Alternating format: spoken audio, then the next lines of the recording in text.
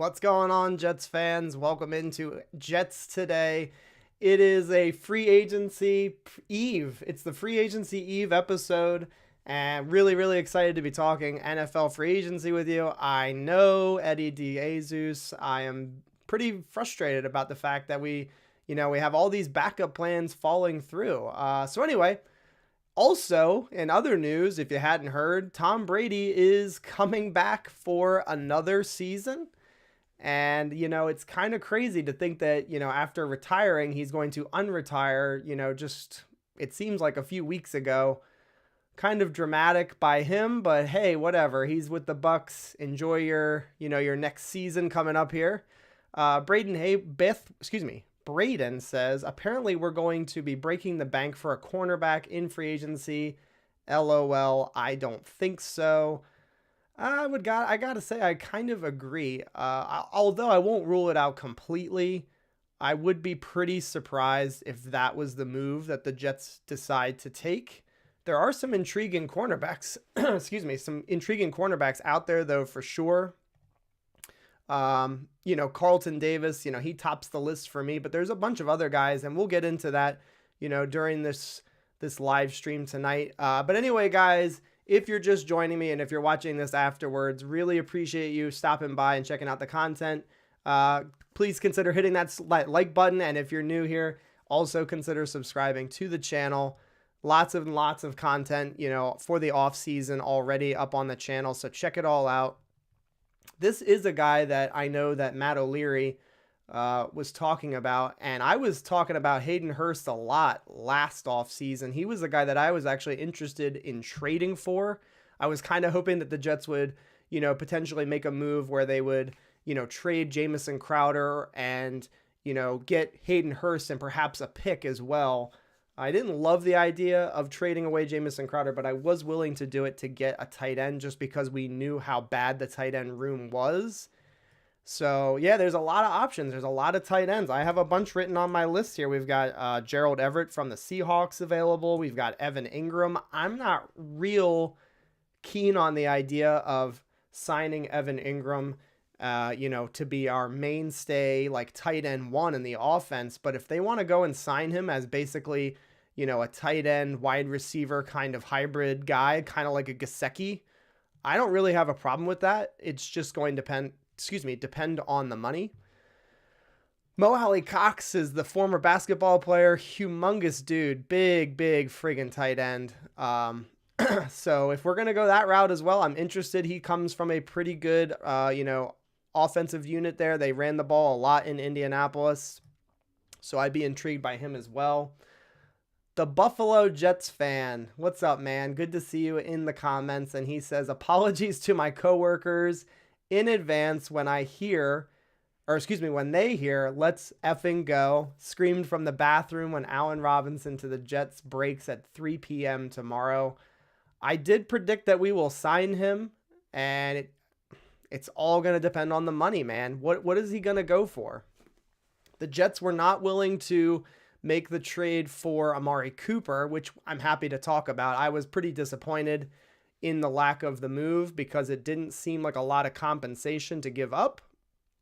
But at the same time, though, the Jets were locked in for $20 million if they traded for Amari Cooper. But then the question then becomes is, what is Allen Robinson going to cost? Is he going to be close to that $20 million price range? I have no clue. But personally, I would be willing to pay Allen Robinson a good chunk of money because at this point, I feel like we're desperate, right? The Jets are desperate for wide receivers and a wide receiver one. So I am absolutely in focus here as far as making sure that they do everything that they can to get weapons for Zach Wilson. So even if it's to pay, maybe more than what they want for Allen Robinson, I think it's worth it. And I think that you have to make the move. That's kind of why I was disappointed when, I saw the compensation that was given up by the Cleveland Browns to acquire Amari Cooper, because I felt like, the cost obviously is really high. $20 million for the season is a ton of dough, but we have to be willing to make some sacrifices to the team for the betterment of Zach Wilson, even though, it would inhibit the ability to add to other positions. And I think I'll just leave it at that. Like, that's my take. I am over it at this point. I was frustrated, but it's over now. I do still think there's a lot of great options to address the wide receiver position, not only in free agency, but also in the draft. I'm going to admit, I was furious when the Jets didn't get Amari Cooper. Yeah, so I wasn't furious, but definitely disappointed, right? Like, furious would be like, if DK Metcalf was available for trade and they didn't get in on that. Like, that would really make me upset. And I'm pretty sure you would agree with that, Straight 100 Jets. Like, if they weren't involved in getting a really young, just a dominant outside wide receiver like him, that would be crazy. Fast Carapelito 68. What's going on, man? He says, what are the Jets waiting for, really? Not aggressive enough to get anyone great. Still waiting. Well, free agency has not begun yet, technically. We are still, a few hours away now, creeping up to that 12-hour mark. So free agency hasn't started yet. A lot of the moves that we're seeing right now are trades and also re-signings and tagged players. So you haven't seen a lot yet, but the hope is that they're going to make some moves that are aggressive. And again, aggressive doesn't mean like you're going to overspend wildly for players. You don't want to do that. But part of the nature of free agency is overspending. And so that's going to happen whether we want it to or not. And it doesn't matter which player you're really going after. You're going to pay in free agency. That's just the nature of the beast. Cali Jets, it's great to see you in the chat. He says, I don't see the logic in passing on Cooper and signing Allen Robinson instead. This is exactly what I was thinking as well. A-Rob is the lesser player, and it will be a similar price tag. And that's it right there, man. That is a great way to put it. The price difference is going to probably be minimal, right? You think that Allen Robinson probably minimum, right? Like probably about 16 mil per year minimum. I think that's fair to say. I don't think that Allen Robinson is going to go for much cheaper than that. So I get it. You're trying to save as much money as you can, but to give up and get to get Amari Cooper, and it would have been a safe thing. Like, they would have been spending $20 million, but it would have been safe because if he bottoms out, you are free to cut him. You save money and it's no loss. You lose a couple of mid to late round picks and you can wash your hands of it. And again, if you're going to go get an Allen Robinson, there's a chance you have to somewhat commit to him. So it's interesting. Jeff has a contract here drafted for us. So let's go ahead and take a look at that. So Jeff Seawold, and thank you for leaving this comment in the chat here. He says 3 years, 48 mil for Allen Robinson. Jeff Seawald, thank you for subscribing, man. Really appreciate that. He says Allen Robinson and draft Christian Watson in round 2. Trade Corey Davis, which is a possibility. I think there's like a date that needs to happen for them to be able to trade him. So you sign Allen Robinson, you trade Corey Davis, you draft Christian Watson, and let's see, he says, forget about Amari. He's not clutch. Cordero Patterson would also fit well. There's a lot of people talking about Cordero Patterson as a guy that not only would be a good replacement for Braxton Berrios because of his versatility. The guy can play all over the football field, and he brings some more size and speed to the offense. And he played in a similar scheme, and he can take some reps as a running back. He can be a kick returner like Berrios was. He can play wide receiver. I get it. And again, it's all going to be about the money and the length of the contract for Cordero Patterson because he is starting to get there a little bit up there in the age department. But I love it, man. Great stuff, Jeff. Thank you very much for stopping by. And guys, I am going to get to as many of your comments tonight as possible. I do want to alert you to my little graphic right here.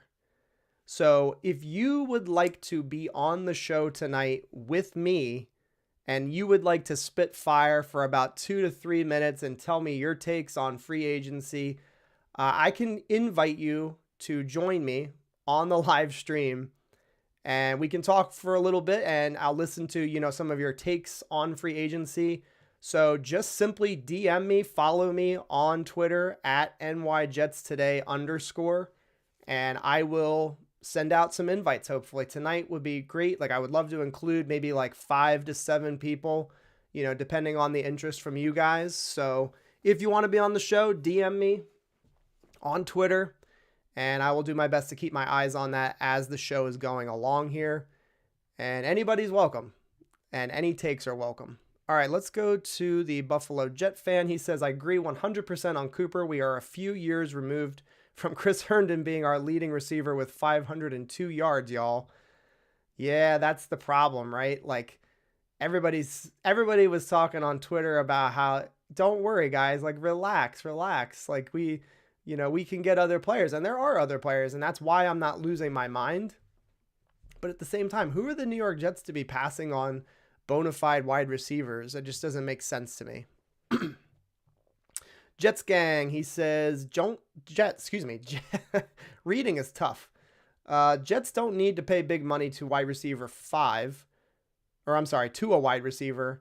5 wide receivers drafted 21, went over 1,000 yards. St. Brown on the Lions was drafted in round 5. I think I get what you're saying. Basically, you can find these guys on the cheap. I think here's the problem.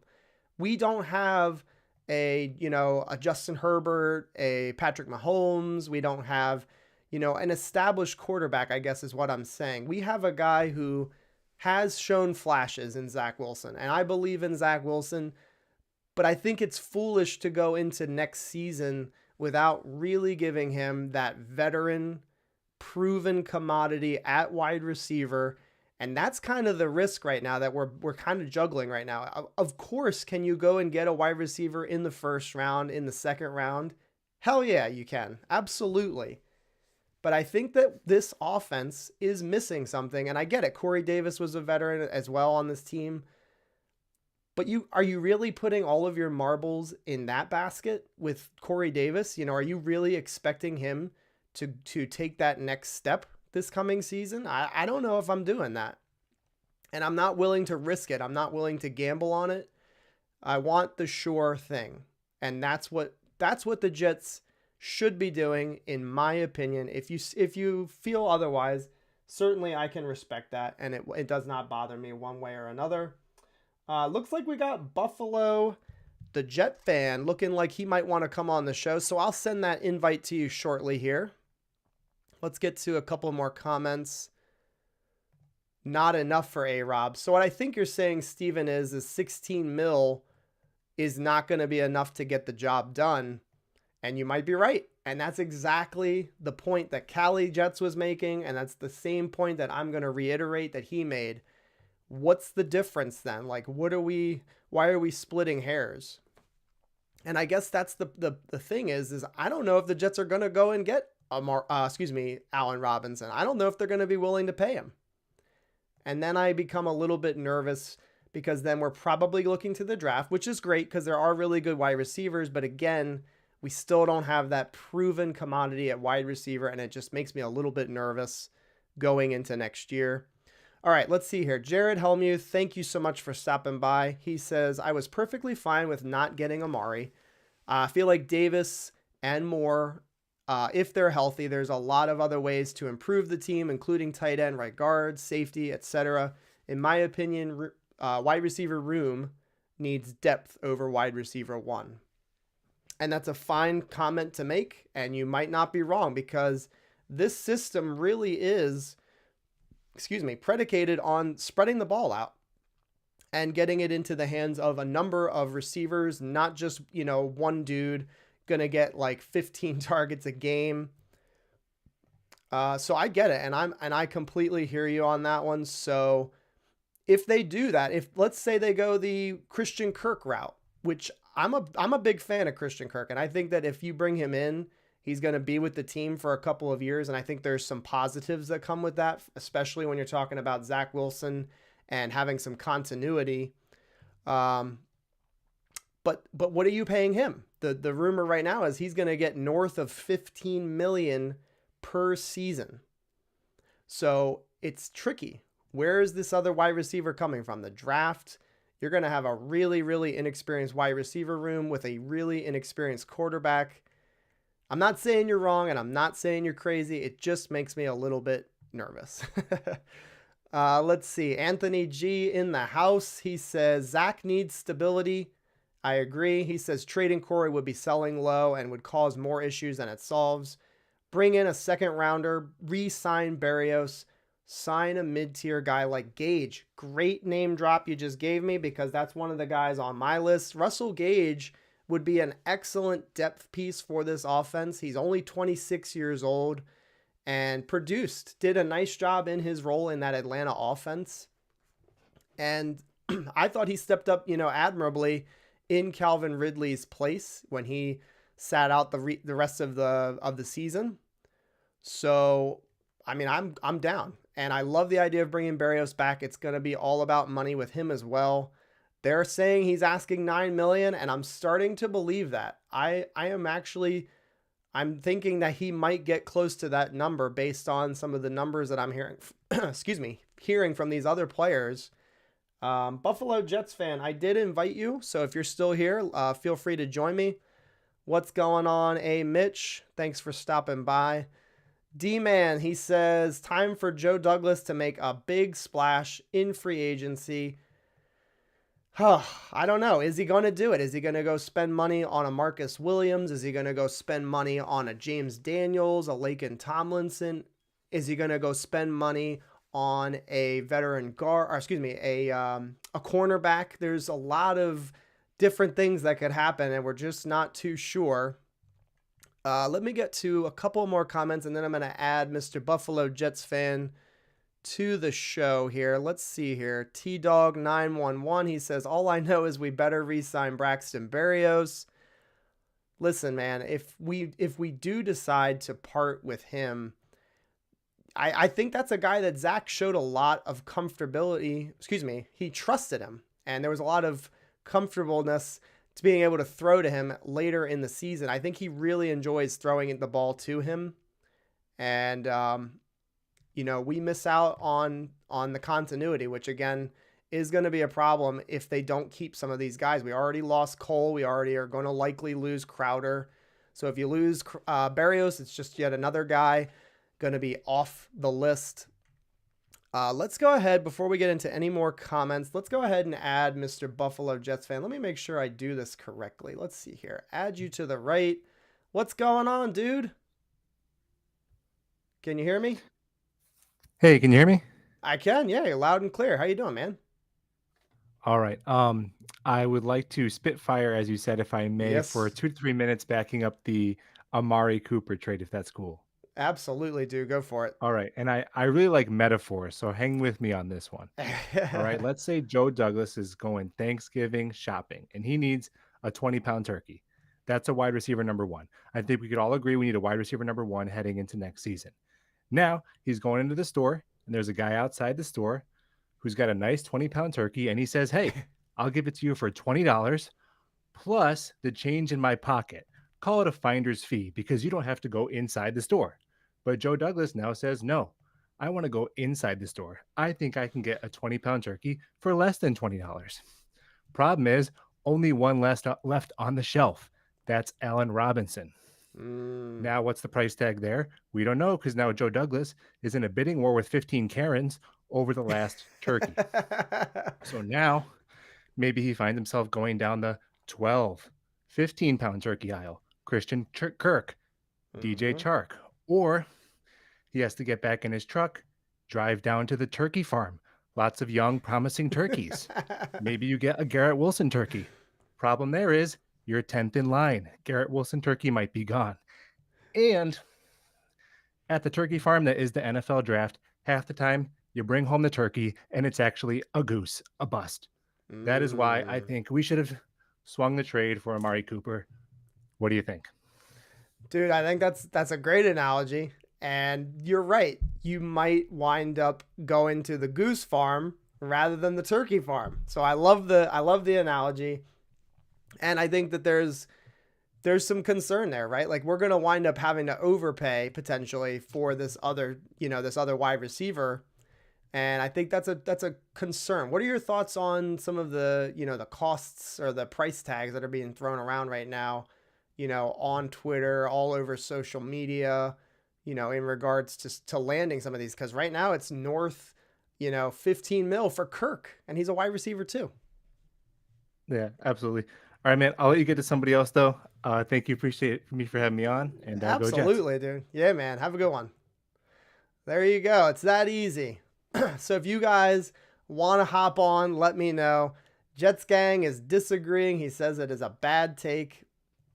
So to reiterate what he's saying if you miss out on that top of the line, that top of the line get, you are going to wind up having to overspend for that next tier of player. And I think that's where the concern does come, from him and from myself. You wind up spending more. It's kind of like in fantasy football. If you're in a auction draft, you wind up having to spend more money on that second tier rather than just buying the top tier dude. Kev Chata is disagreeing as well. He says, bad take on Cooper. He would have strangled our cap. I don't know though, man. Like here's the thing about the cap. Like the New Orleans Saints right now are apparently in trade discussions to land Mr. Deshaun Watson.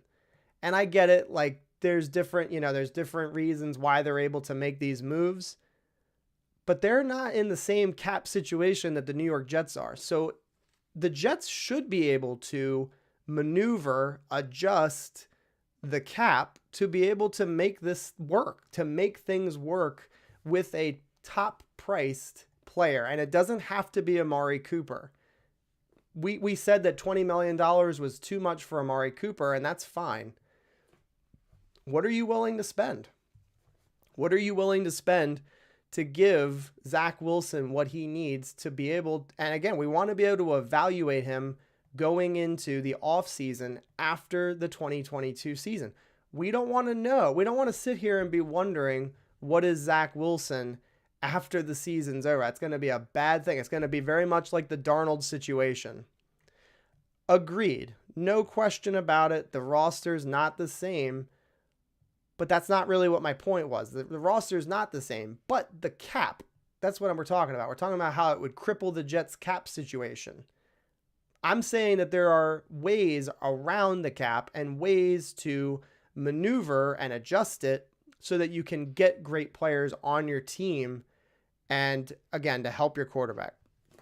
All right, let's get back to the comments here.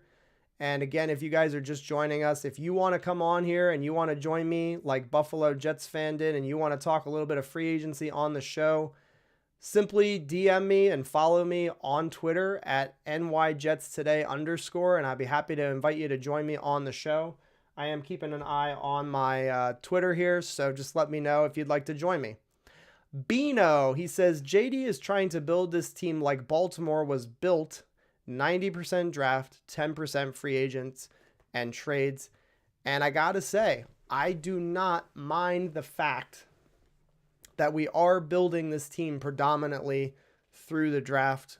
I do think that's the correct way to do it. And I do support Joe Douglas in the effort to build through the draft, because I do think that it has the long-term, success, and it has the ability to be successful over a longer period of time. But having said that, even those teams that are building through primarily the draft, they all successfully add to their teams through free agency. So again, it doesn't have to be Amari Cooper. It doesn't have to be Allen Robinson, but eventually you're going to have to spend some money on some players to round this roster out. And right now we're a young football team. And by adding some players and some veterans through free agency, you're going to help the younger guys to be even more successful. I really do believe that. I think that if you get some players around these kids, they're going to develop at a faster rate and they're going to be able to learn at a faster rate. So, Bino, you're not wrong. And I do agree with you. And I think it's a fair point to make for sure. All right, let's keep going here. There's a ton of you commenting right now. If you have not hit that like button, I demand it. Hit that like button, jet it up right now for me.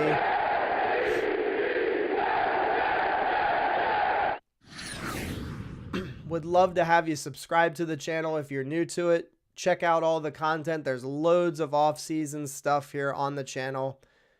Let's see here. Chris A. He says for 10 to 12 mil a year, we could get a stud middle linebacker, a cornerback, a safety.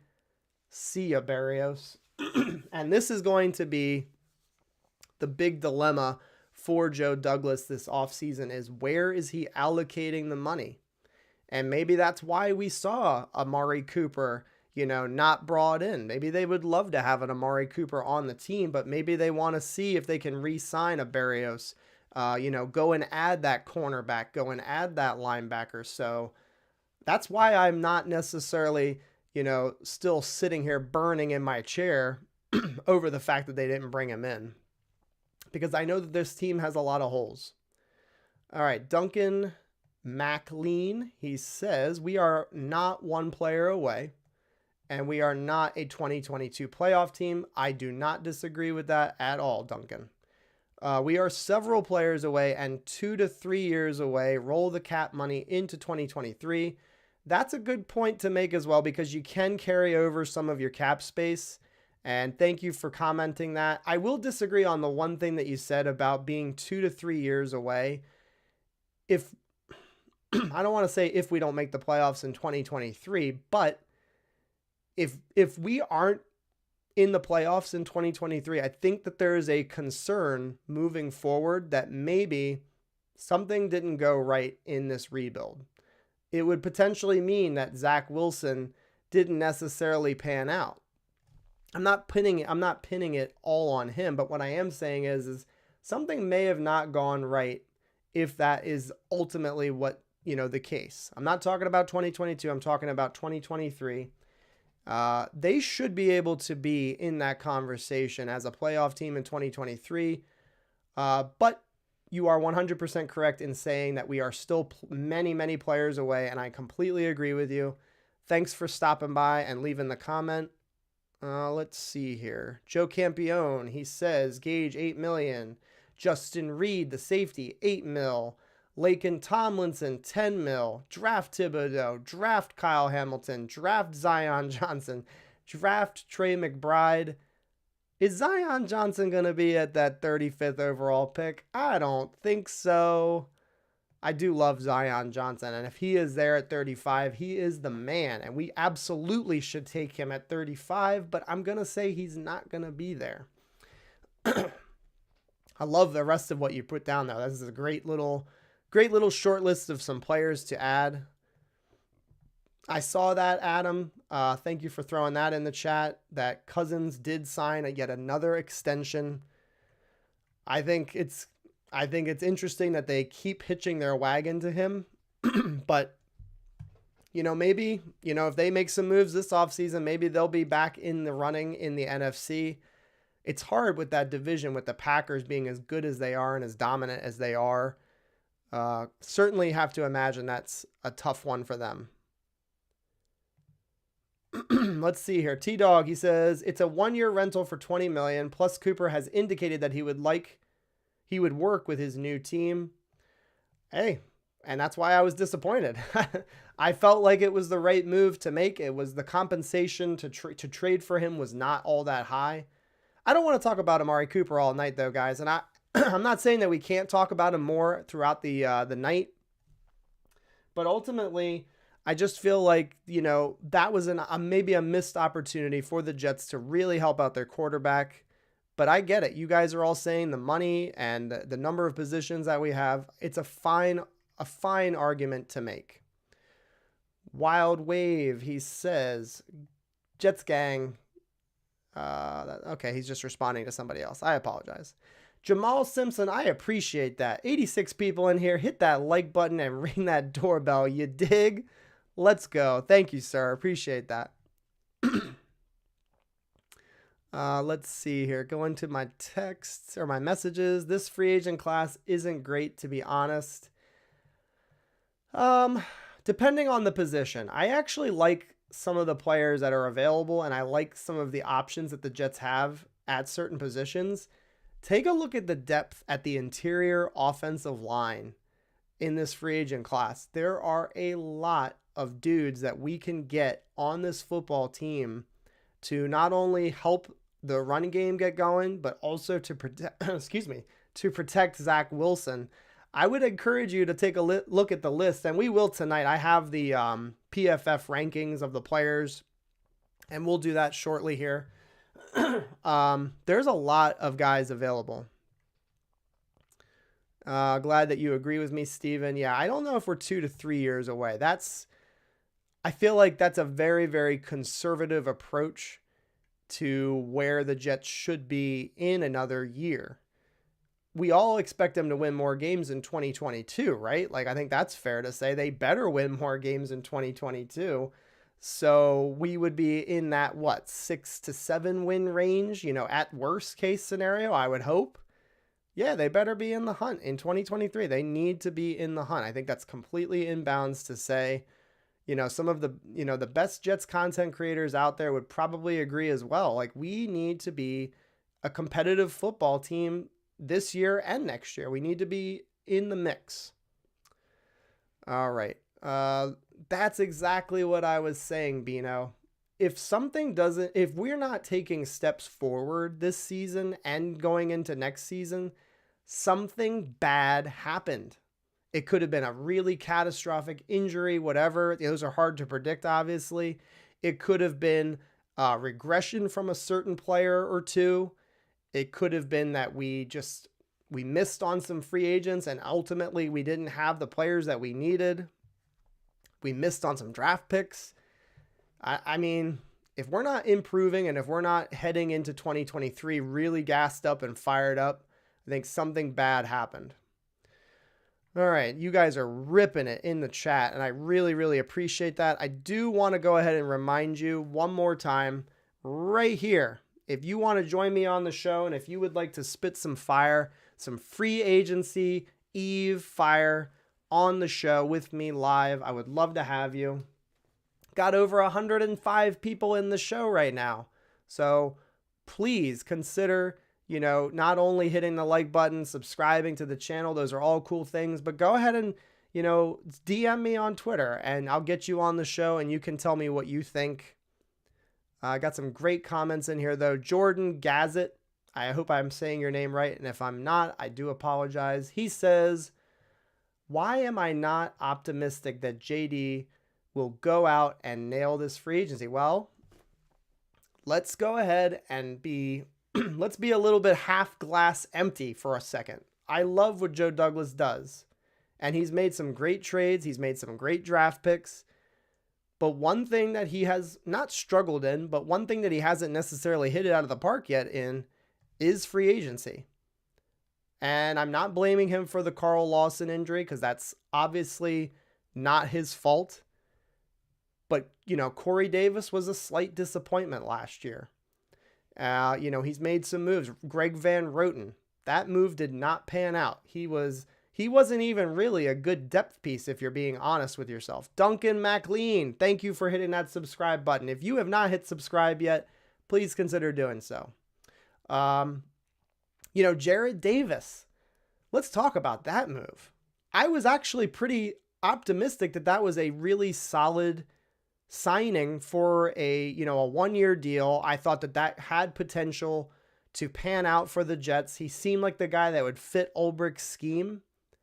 And that free agent signing completely bellied up. Not only did he get hurt, when he got on the field, he stunk. He wasn't doing anything. He wasn't making plays, not helping to stop the run. So that move didn't work out. But what you have to say to yourself is that it's not all bad. Joe Douglas is no fool. He's made some really good free agent moves as well. So I think that he can nail this free agency. Free agency is a tricky beast, man. It's hard to be successful in free agency, and a little bit of it is not only players being able to stay healthy, but it's also just having a little bit of luck. You got to get the right guys that not only fit your team, but fit the identity that you're trying to build and the culture that you're trying to build. And that's hard to find in free agency. Great comment, Jordan. Thank you for submitting that. Let's see here. Gitmo Bob, thanks for stopping by, dude. It's great to have you. He says, great quarterbacks make their weapons great, not the other way around. What a great quarterback needs is a good O-line and wide receivers who hang on to the ball, which will allow them to succeed. Just ask Brady. I think that's a great comment, by the way, and I'm not going to sit here and pick your comment apart. I think you're right. But I will say, for a young quarterback coming into the NFL, I think that it does help. And I do think that it makes their life easier to have a dominant piece to throw to and to feel confident throwing to. It's not just a playmaker. It's a guy that you feel like, okay, if I put this ball in the area of this receiver, he's going to go make a football play and bring the football down. And we didn't really have that last year. But I completely get what you're saying. And it's a great point to make. Some quarterbacks just make the players around them better. I think Peyton Manning did that for a long time. Wes Welker, there are people that debate, is he a Hall of Fame player? Brandon Stokely played with the with the Indianapolis Colts, and, he made him look really damn good. So it's true. Good quarterbacks do make their players around them better. Thank you for throwing that comment in the chat. Very important to stay balanced on the show for sure. Devin Chaffin, he says, I have a feeling that JD is working a trade. Let's talk about this for a second, because it's not really free agency, but it's intriguing as hell. What if the New Orleans Saints are the team that ends up trading for Deshaun Watson, but they simply don't have the picks that the Texans are looking for in acquiring, in sending Deshaun Watson away? What if the Jets are what if we pull off one of those, very rare 3-team trades where we give up some of our picks, we get picks back, but we also get some really good players?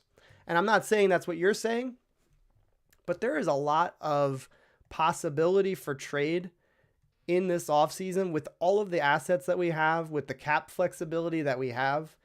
I don't think it's outlandish at all to suggest that the Jets are trying their best in every avenue possible: free agency, the trade market, and the draft. I think it's not crazy to think that at all. All right, we got Ron Mo Lake. He says, you guys should have high confidence in Joe D. I don't get the negativity. Nobody hits on 100% of their players, and you are not wrong at all. And I think I even have a video on the channel where I said that exact same thing. There is no general manager that escapes free agency with 100%, accuracy. There's nobody out there. Even the best GMs, the best head coaches, the best franchises, they don't hit on free agents 100% of the time. So I get it. And I hear what you're saying. Certainly the Carl Lawson free agent signing is still to be determined. We still don't know. If he comes back and he's healthy and he can contribute to a successful and consistent pass rush, that free agent signing moves the needle, I think, quite a bit in his favor. So great comment to make there. Thank you, Ron. M. Leahy. And we're going to get to some of the names here, guys, in just a minute. So you guys are absolutely destroying the chat. I can't even keep up with you. And I love that. But we're going to get to some of the actual players here. And I'm going to just start throwing names out there. And I'm going to look at what you guys think on these players. If you have not at this point, go ahead and hit the like button. There's over 110 of you in here right now. Hit the like button. Help the channel out a little bit. Would greatly appreciate that. And if you're new to the channel, I also encourage you to subscribe Lots and lots of off-season content. We stream every Wednesday night. Would love to have you. All right, M. Leahy, he says, media said the Jets would spend big in free agency. Now we're already talking about signing second-year players. JD might want to change his name to Dollar Tree Joe. You get what you pay for. This is very funny. And one of my favorite sayings in life is you buy nice or you buy twice. And I think it's one of the best phrases, not necessarily for the NFL, just in general in life. If you don't buy nice, you're going to end up having to buy twice. And I think that this is exactly what you're saying.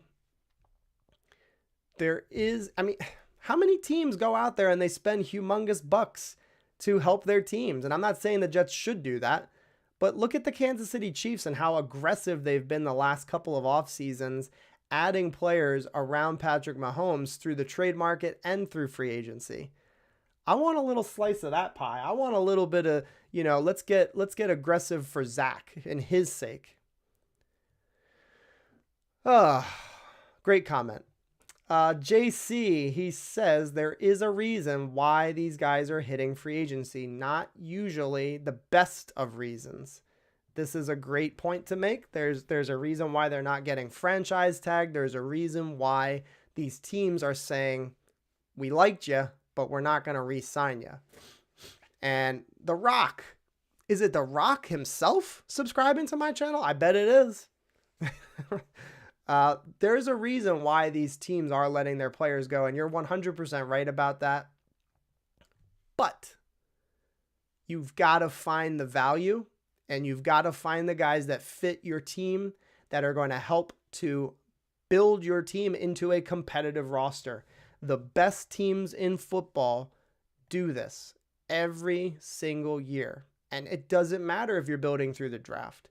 You have to win in free agency. And winning in free agency does not necessarily mean being the biggest spender. And I think that's where people get a little bit confused. We need to find the best players, regardless of price, in free agency, no matter what the age, no matter what the experience. Get the best guys on this team to flip the script. That's what we need to do. Jerome Strax, he says, Jets fans aren't used to a GM being patient and building through the draft.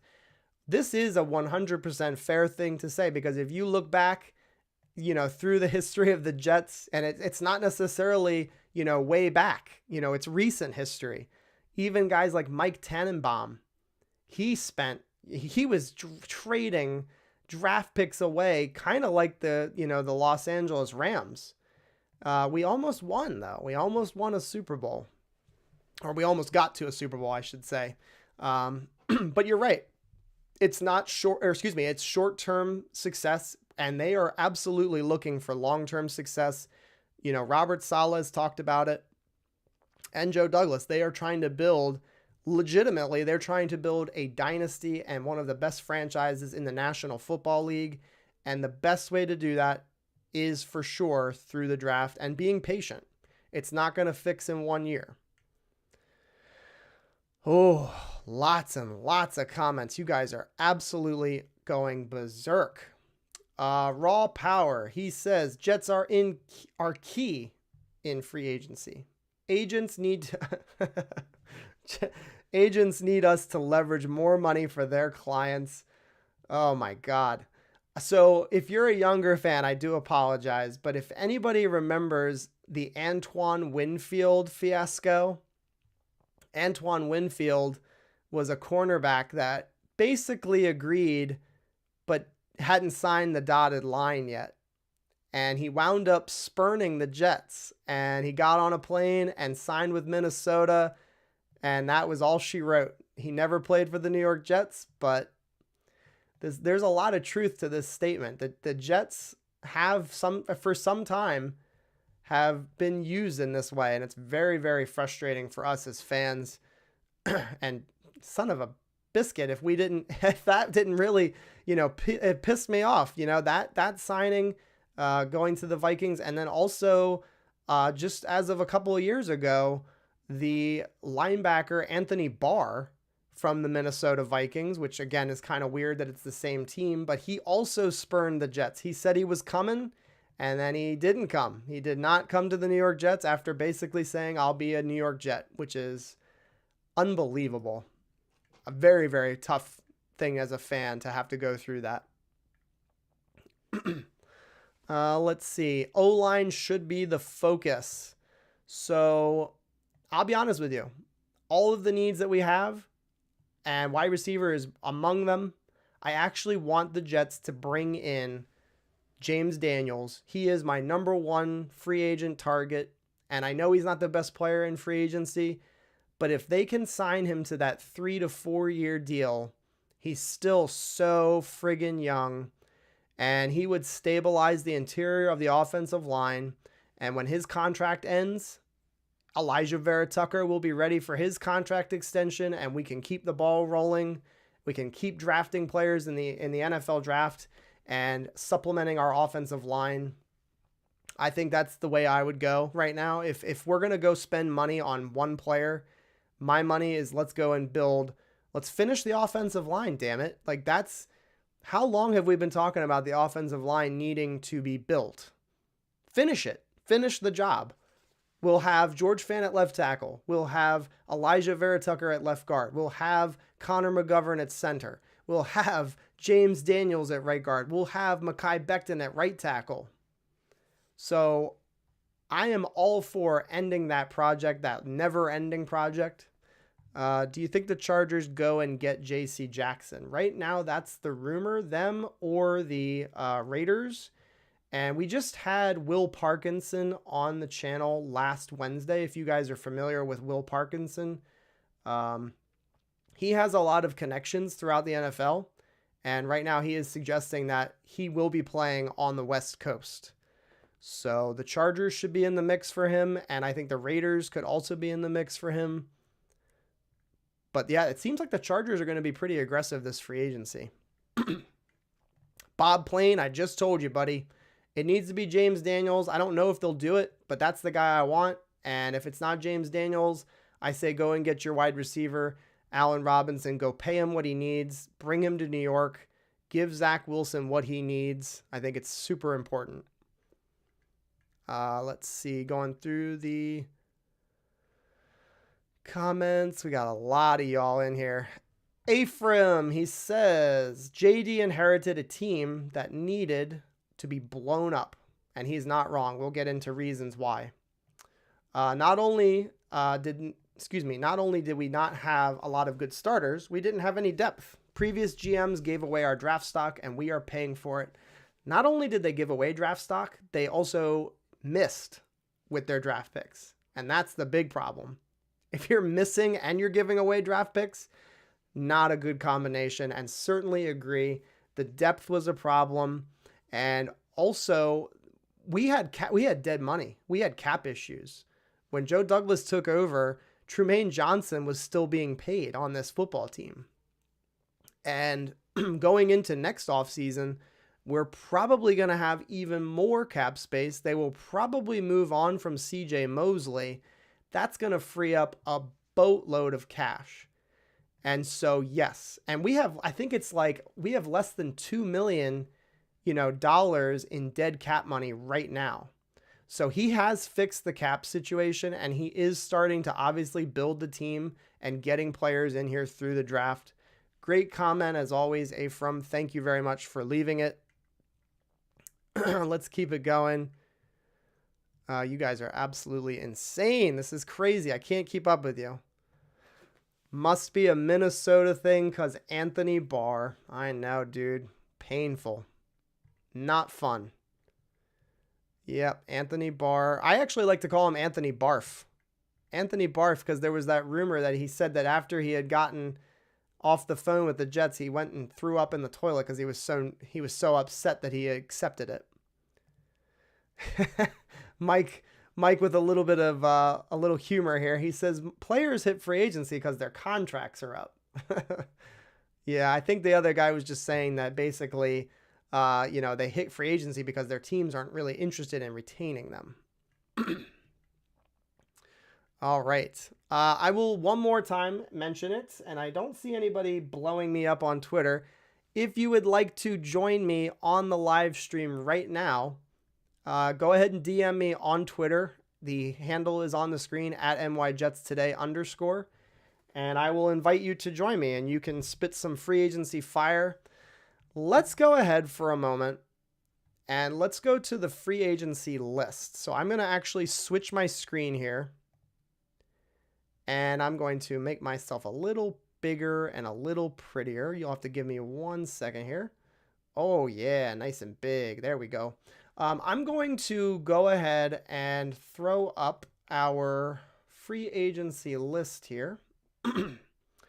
And I'm going to go ahead and we're going to go through the position groups here, guys. And we're going to just kind of talk about some of these players as players that I think would fit the need and also maybe the things that we're doing on offense. I'm going to take a look and make sure that you guys can see that.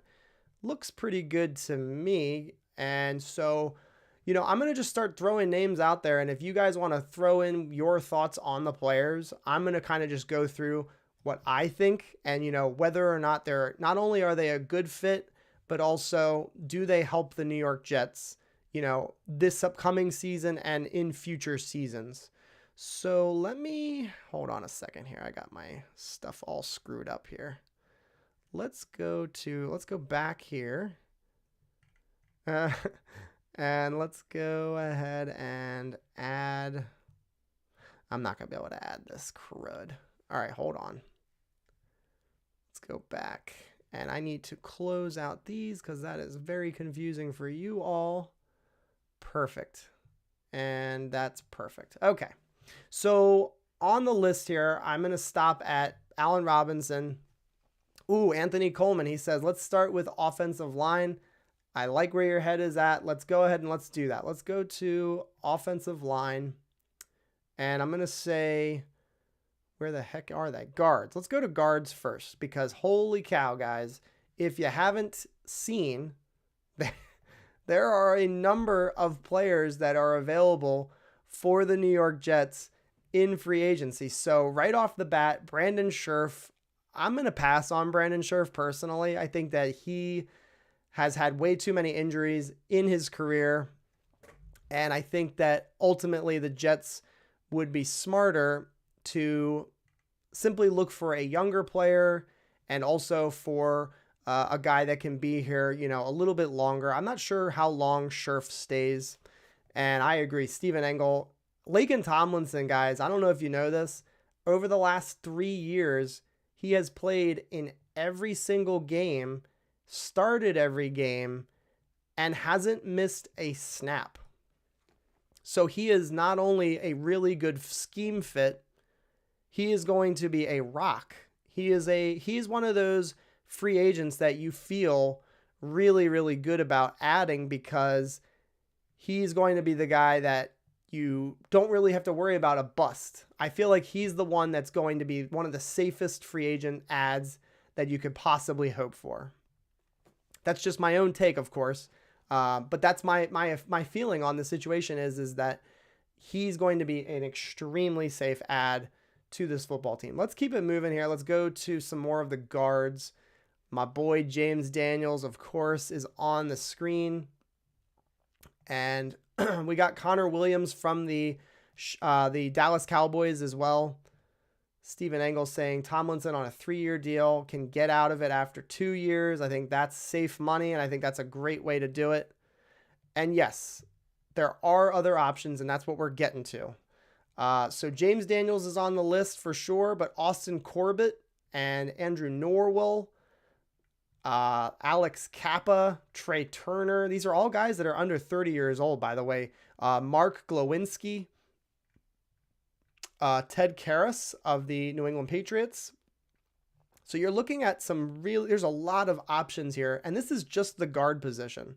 Let's go ahead and let's go to centers. And let's go to the top here. So Ryan Jensen is a name that he's being mentioned a lot on social media right now. And I'm not really sure what to think of that, you know, of the the reportings that, the Jets are going to be willing to spend big money on him, I personally am not so sure that's the right move, although he is a very, very good center. And, if they feel like they can upgrade the center position and move on from, they can move on from Connor McGovern, I guess that's something that they might be willing to do, but there are other options. Ben Jones of the Titans, Brian Allen of the Rams. He's only 26 and a half years old, so he is still in the prime of his career. And I agree with this comment 100%. I think that with Brady coming back, he's absolutely going to be back with the Tampa Bay Buccaneers. They will work it out some way or another, and they will bring him back in the mix, which is kind of frustrating. I'm not saying that I wanted him necessarily, but I think having the options is always nice in free agency. And, ultimately that's what he would have been. He would have been another option for the Jets to be able to bring him in and stabilize this offensive line. I don't think Jansen over McGovern is going to matter. Yeah, I don't think it will either. And that's why, again, I'm looking at some of these names. They're all in their prime, guys. Matt Parody. Mason Cole, younger guy. We could bring these guys in and they can be depth pieces. Joe Campione, couldn't agree more. I'm only bringing it up just because there's been a lot of discussion with Ryan Jensen being, one of the names that they talked about. Not necessarily a guy that I'm looking for. I want a guard more than anything. Let's go ahead and let's go to cornerback for a moment, because that is another rumored position of interest for this New York Jets squad. And if they're going to go corner, I do think that, doing it in free agency is a very attractive option because, number one, you're getting somebody that's likely going to be a starter and somebody that's proven. J.C. Jackson's going to get buku money, big time money on the free agent market. But there's a lot of guys. Look at this. Carlton Davis is only 25 years old, and he can be a number one cornerback on this defense. And then I went down the list. Darius Williams could be a starter. Even though he's 29 years old, you can bring him in, and he can start on this football team. Trevarius Ward from the Kansas City Chiefs. He's only 26 years old. DJ Reed from the Seahawks, 25 years old. And he's pretty highly regarded, according to PFF. Bryce Callahan is available. Dante Jackson is a guy that I know Jet Central, another YouTube channel, is really interested in bringing in. And he is an absolute freak athlete, tremendous leaping ability and speed, and would be able to line up against anybody in regards to, having being able to enough speed to stick with anybody. King Joe is saying Bradley Bozeman at center. Jets do need a center since Feeney. Oh, a backup center. Yeah. Maybe they bring Feeney back, actually. That's one of the guys that I think they may decide to bring back. He wasn't horrible when he played center in the limited amount of snaps that he got. I thought he didn't do too poorly as a center. Dante would be interesting, wouldn't he? I think he'd be very, very interesting. Robert Alford's probably a little bit too old for me. Rasul Douglas is a guy that's only 26 and a half years old, brings a little bit of, he's a little bit intriguing to me. Akello Witherspoon used to play for the 49ers. He's a Seahawk now, only 27 years old. Levi Wallace, 27 years old. Sidney Jones, 26 years old. So these are certainly the guys that are down the list, but they bring, there's a lot of intrigue in not only putting them in the starting lineup, but also as depth pieces and being able to round out the roster. Let's take a look at safety. And again, there's one name that comes to mind right now, and that's Tyrann Mathieu. There's a lot of rumors and buzz that he could potentially be brought to New York. I would absolutely love Tyrann Mathieu on this team, and I get it. He's almost 30 years old, so you're not going to be spending you're not going to be signing him to some massive, long-term contract. But if you can bring him in for a year to two, to stabilize the secondary because we don't have safeties right now, guys. I mean, we've just re-signed the safety, the safety that we signed in the 2021 offseason, Joyner. I, do we really want him starting? I don't know if that's something that I'm real excited about. Bringing in Matthew and potentially drafting somebody early in the NFL draft, I think is very, very intriguing. Mr. Will Parkinson of the Turn on the Jets pod, he said that the Jets are very interested in Marcus Williams. This is a safety that is still very, very young, creates turnovers on that Saints defense. So if we get a healthy Carl Lawson back, if we can add an edge on defense in the NFL draft, I think there's a real good chance that he would be able to help contribute and to get this defense turned in the right direction. Jesse Bates got tagged. Let's take a look. Marcus May. I would be very interested to see what you guys think about Marcus May. Personally, I'm moving on. There's a lot of stuff going on with Marcus May as far as off the field and his age. He's 28 years old, and I think that he wants to get as long of a contract as he can possibly get. And so I'm passing on him. But if he wants to come back for a 1-year deal, I would be very interested in bringing him back. But I would love to hear what you guys have to say about Marcus May. Quandre Diggs is a name that I hear a lot about, potentially the Jets bringing in. Here's the guy that I think maybe I didn't talk about enough and maybe I should have done more research on, but Jordan Whitehead of the Bucks. So they're going to have Brady back. So maybe they also try to bring him back for another Super Bowl run.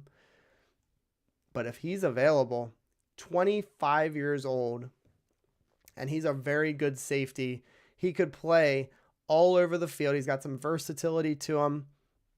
He's a good hitter. And I would be very, very excited if this is the safety, like the big safety that we bring in, signing him. That would be very, very exciting. I think Justin Reed and Jordan Whitehead right now are the guys that I prefer. I don't see the Jets as a realistic option for Marcus Williams. I don't think that's going to work out.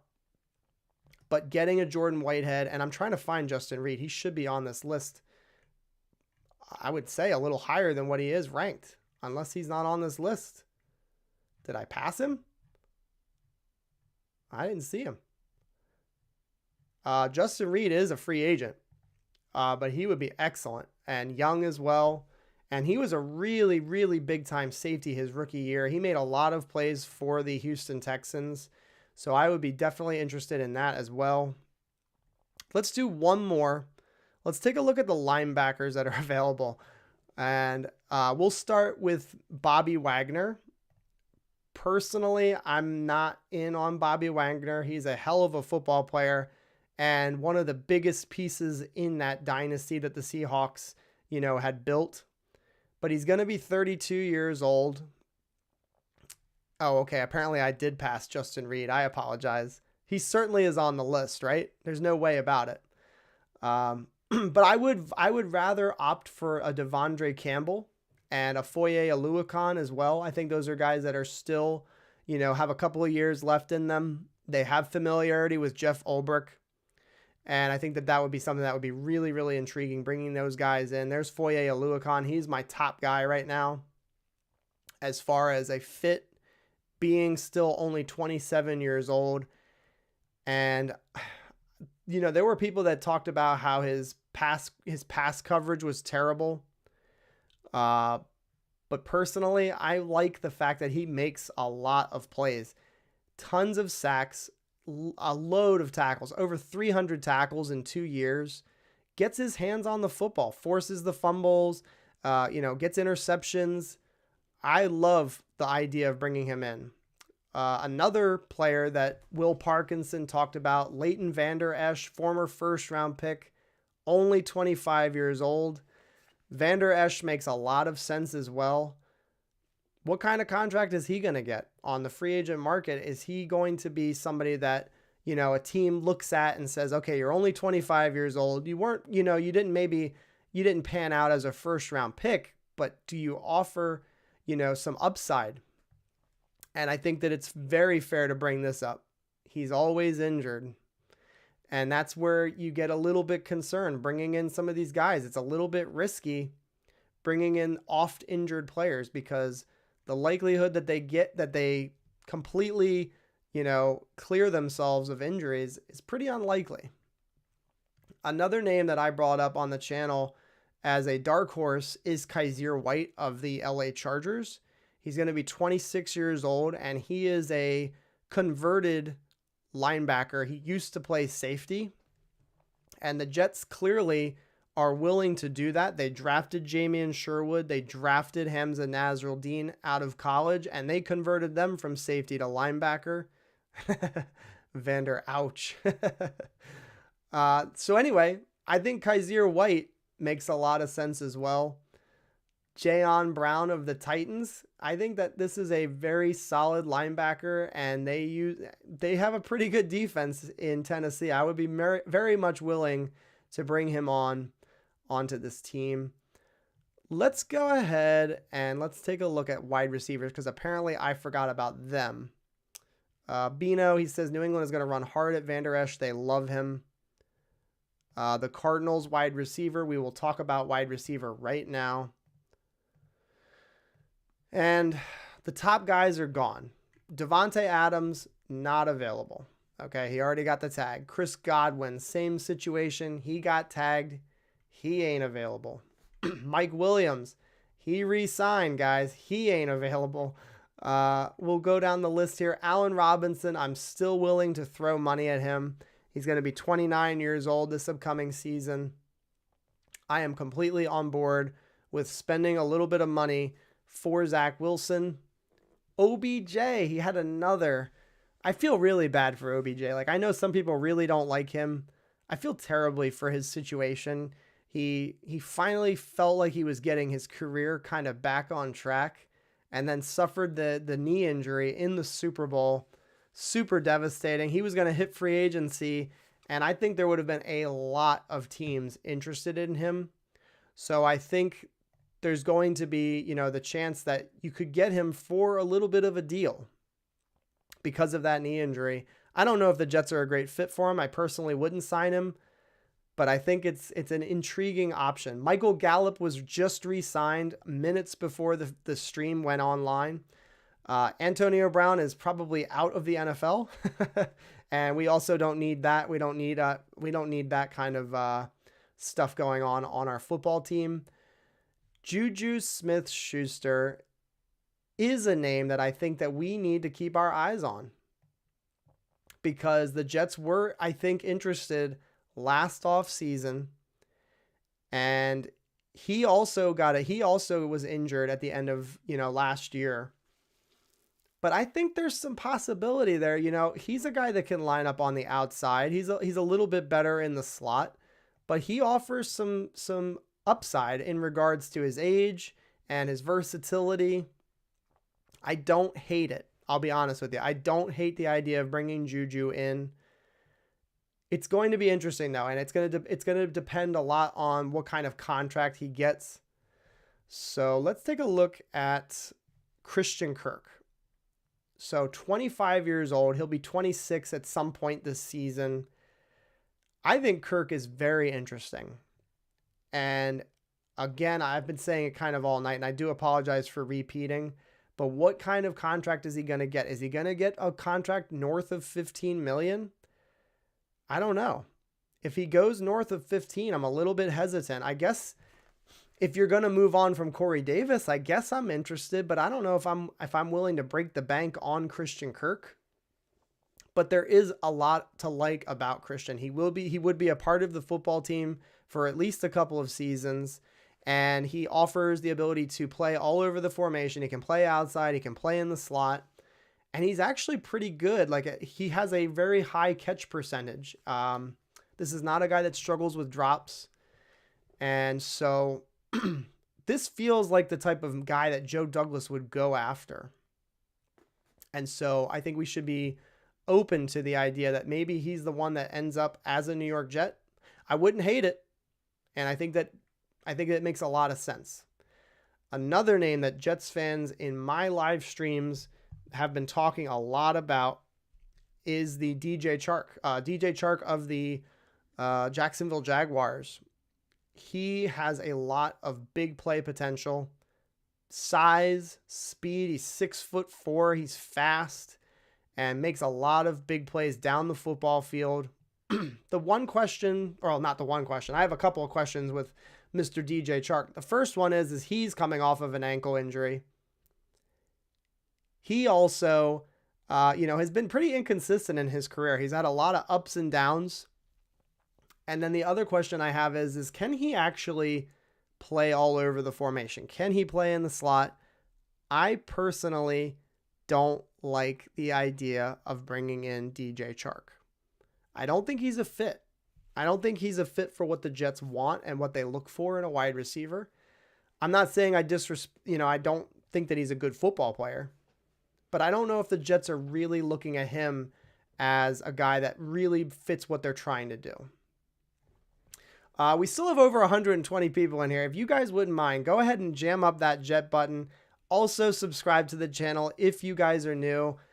Hit the jet up the like button if you're fired up for free agency, man, because we are now so close to some NFL news. We've had a lot in the NFL, but we're going to finally have some Jets news, and I'm going to do my best to put out videos as soon as these players are signed.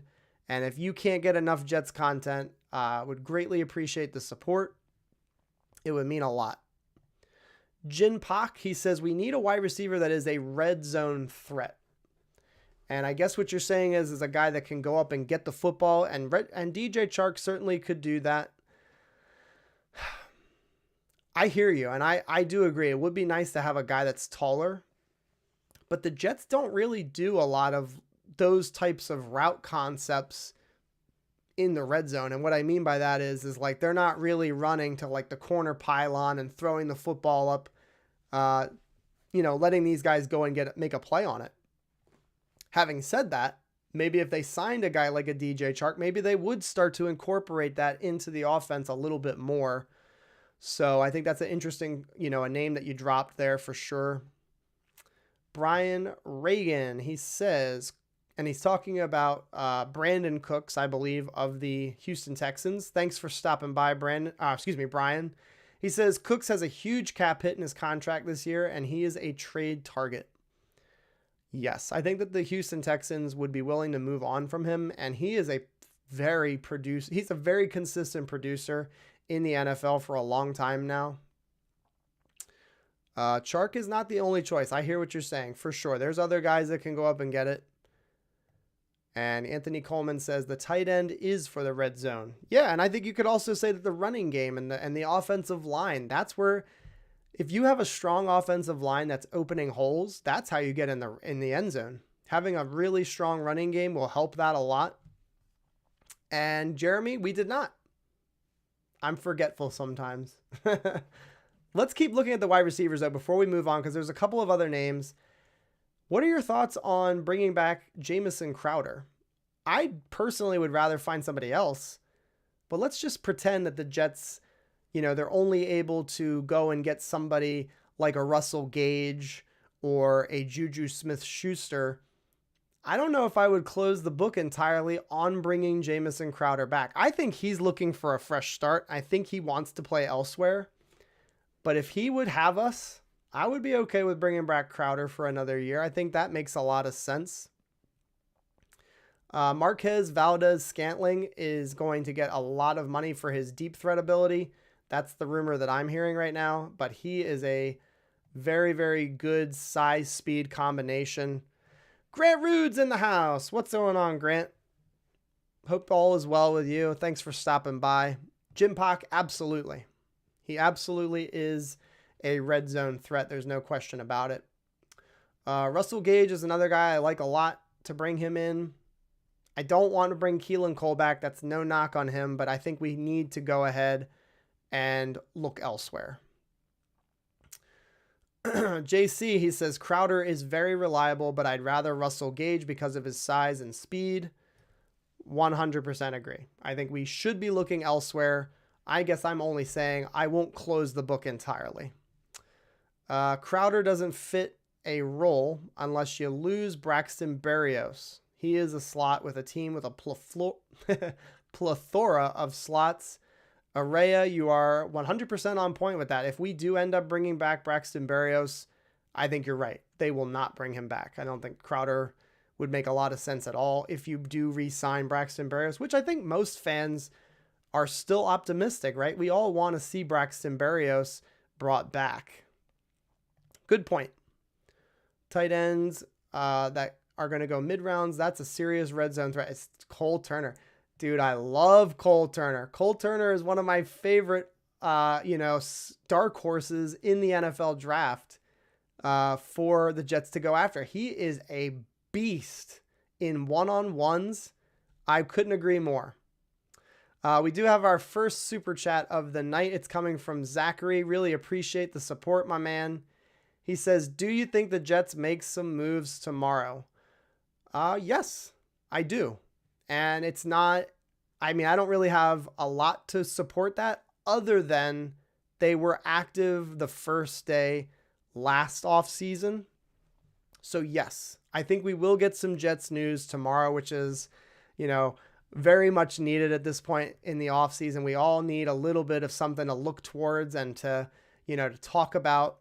And I think they will. I think they will make a move tomorrow. So keep your ears low to the ground. Zay Jones is another guy I think that makes some sense. He's certainly not a wide receiver one, but there's some intrigue there, in bringing him in to be a part of the wide receiver group. If you have not hit that that like button, go ahead and hit it right now. We're almost at 150 people in this live stream. Go ahead and hit the like button for me. Would really appreciate that. If you're new to the channel, also consider subscribing. Would love you guys to be a part of our community here. Linebacker by JD in free agency. No, what that says? I'm not sure. Let me know. I would love to hear what you think. All right, let's keep going to wide receivers here. Oh, that's the end of the list. All right, let's go to tight end, and then we're going to get back to our other screen, and then I'm going to try to get some people. I'm going to peer pressure you guys to join me on the live stream. Mike Gesicki got tagged. Dalton Schultz got tagged. Rob Gronkowski is available, but I don't see how he's gonna go back to the Bucs, right? We all agree there. David Njoku, guys, this was the guy I had pinned on my, on my board. He was the one that I wanted the most, and I don't think that he's worth the franchise tag cost. Like, I don't know if I would have been willing to pay him, what he ends up getting this year, but he is young and he is a decent blocker as well. And obviously the receiving ability is there.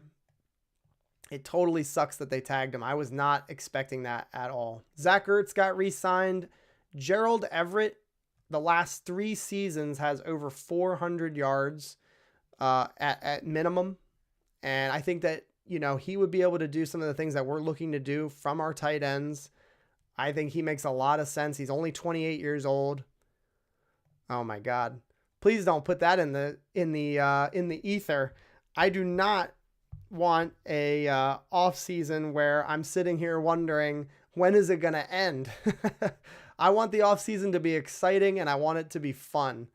No long snappers, Joe Douglas.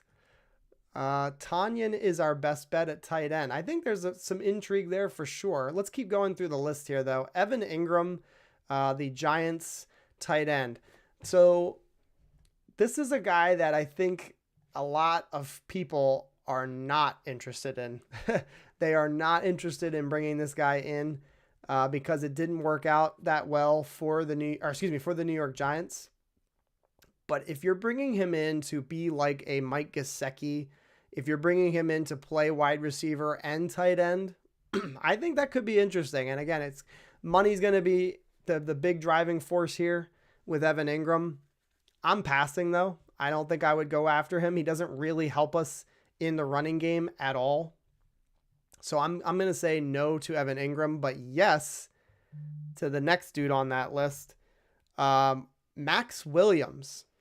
This is a guy that is one of the best blocking tight ends in the National Football League. He is a very effective blocker, and that's exactly what we need out of our tight end room. Guys that can do something in the receiving game, but also can get their nose dirty a little bit and push these linebackers backwards, push these, these defensive linemen backward, and get a push and get the running game going. We have another super chat here from Mike Jerome. Mike Jerome, really appreciate the support. He says, hate that people are sleeping on Allen Robinson. He's an elite route runner, can win 50-50 balls, and is still young. He's going to be 29 years old. I like him better than Cooper. True number one. Dude, if we get Cooper... I'm sorry, not Cooper. If we get Robinson, who I did predict the Jets would sign, I think that Joe Douglas needs to go and get a wide receiver 1. I think that's the guy. If they can get Robinson and have Corey Davis become wide receiver 2, wide receiver 3, I'm still so high and optimistic that Elijah Moore can be a really sensational playmaker for this team. We would finally have not only veteran wide receivers on this football team, but guys that are also explosive. And you said it best, can win the 50-50 balls, and he's an elite route runner. And you can go watch the tape on him. And I've done my homework on Allen Robinson. I did it last offseason too. The dude is a baller. And I think that, putting him in New York with the other receivers that we have, it wouldn't be like all of the pressure was on him to be a producer. There are other guys on this football team that can make plays, and I think that's what's super intriguing about Allen Robinson. Thank you very, very much for the super chat and for the support. Here's another two guys actually, and I think I might stop the tight end list here because Tyler Conklin, in my mind, is he's one of the better younger tight ends that's available that offers pretty good upside in both blocking and receiving. He had I think he was just under 600 yards last year, and really was given his first opportunity to really contribute on a football team. I think that he fits what we're trying to do. He would help the running game get going and would provide a reliable tight end target for Zach Wilson. I think Tyler Conklin would be a super savvy and Joe Douglas type of signing. The one thing with Tyler is he's a little bit undersized. I think he's only 6'3", but you bring him in and you draft a tight end in the NFL draft. You go get whoever you want. Trey McBride. You want Jeremy Ruckert. Do you want another like a Isaiah Likely? There's all kinds of guys in the draft that are available. Jake Ferguson from Wisconsin. There's an endless amount of options in the draft. I think Tyler Conklin makes a ton of sense. Let's see here. Is the Jets receiver room that bad? Let's talk about that. So, is it bad? No. Is there a concern because of the number of tight ends that we have on this football team? Oh, yes. Cole is gone. His contract is up.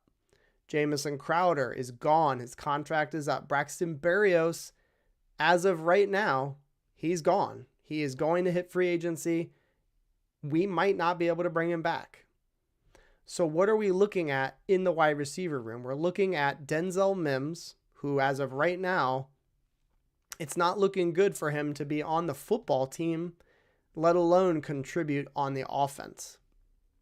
Corey Davis, he got injured, and when he played last year, he had really good moments, but he also had some really, really bad, concerning moments, dropping the football, and it led to a lot of turnovers. He was not playing at the best level that we've seen him play with the Tennessee Titans. So the other guy is Elijah Moore, and he's coming off of his rookie season where he had some incredible moments, and he looks to be explosive. And I think personally, I think he has the ability to become a wide receiver one. I know that sounds like a reach. I personally don't, though. I think that he has that kind of Antonio Brown in him. The size is not a concern for me. He can run great routes. He fits this offense perfectly. And I think that, that's why this is such a big conversation, Derek. It's not because they are terrible. It's just that we don't have a lot of dudes. There's not a lot of bodies. JD type of signing just sounds bad to me. Dude, Tyler Conklin, I'm saying he's a JD guy. I don't know if he's a JD guy or not. I'm just guessing. Tyler Conklin would not be a bad signing. He would be a very solid football player. And again, we need guys that can contribute not only in the future, but also right now. And I think you get that with Tyler Conklin. But I do hear what you're saying, though. You don't want just the second tier guys. You want those first tier guys as well. That's what I'm guessing you're thinking, Alex. And I hear you. I hear the frustration. Just know that we're all in this together, man. We're all Jets fans, and we're all hoping for the best. Let's see. JD needs help judging skill players. He's only good at finding linemen. He has found some good offensive linemen. He's found some good defensive linemen as well. Jonathan Franklin Myers, whatever you want to say about his production last season, he still looks pretty good. Like as a football player, he looks like he's going to be a player on this football team, for the long haul here. And he found him. He found him off the practice squad. And I think there's a chance that he's a really good football player for this team next season. Let's go ahead and let's go back to the other scene here. There we go. The whole screen's up here. Got another super chat from Mike Jerome. And he is saying, sign Allen Robinson, let Berrios walk, draft Wandale and Shakir. I'm fine with drafting a wide receiver, and I am 100% on board with bringing in a wide receiver one like an Allen Robinson. So if they bring in an Allen Robinson, though, I will say that probably eliminates us spending an early draft pick on wide receiver. I would imagine, and I don't think that the guys that you mentioned will go terribly early. So I like the idea, and I love the idea of bringing in a free agent and also drafting a player. And I think that we have a couple of positions that we need to do that in. We need to do that with the tight end position. We need to sign somebody and draft somebody. I think we need to do that in the safety position. And I think that there's also, the case for the offensive line.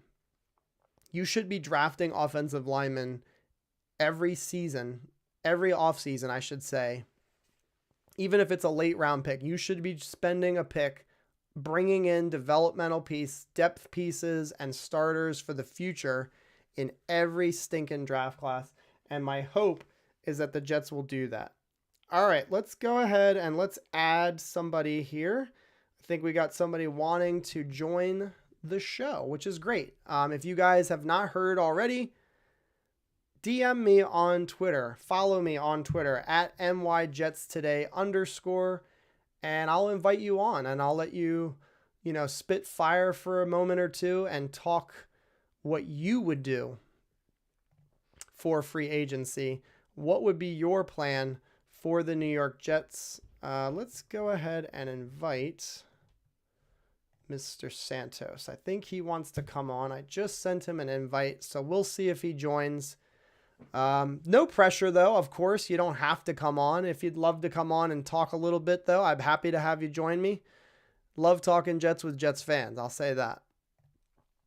All right, Jim Pock is going to talk a little bit of draft here. He says, I have watched film on London and Pierce, and I think you're talking about Alec Pierce. He says, and they are both big, tall targets that can catch the ball high.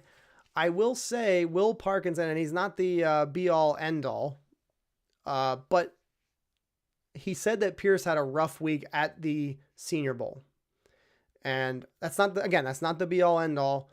London, however, I think too many fans are saying no to him. And I think more people need to be saying yes to Drake London. I think that there's a case to be made for adding somebody that big and with that much ability on the outside. I think Drake London makes a ton of sense for the New York Jets to to draft. Let's go ahead and let's add Mr. Straight 100 to the show. I'm going to add him right now. And Mr. Straight 100, I'm going to put the clock on the screen. Oh, no, it's already ticking. Don't worry, I'll pause it. All right, here he is. What's going on, man? Hey, what's going on, man? Can you hear me? I can hear you crystal clear. How are you feeling, dude? I've recovered from my rage spiral from yesterday.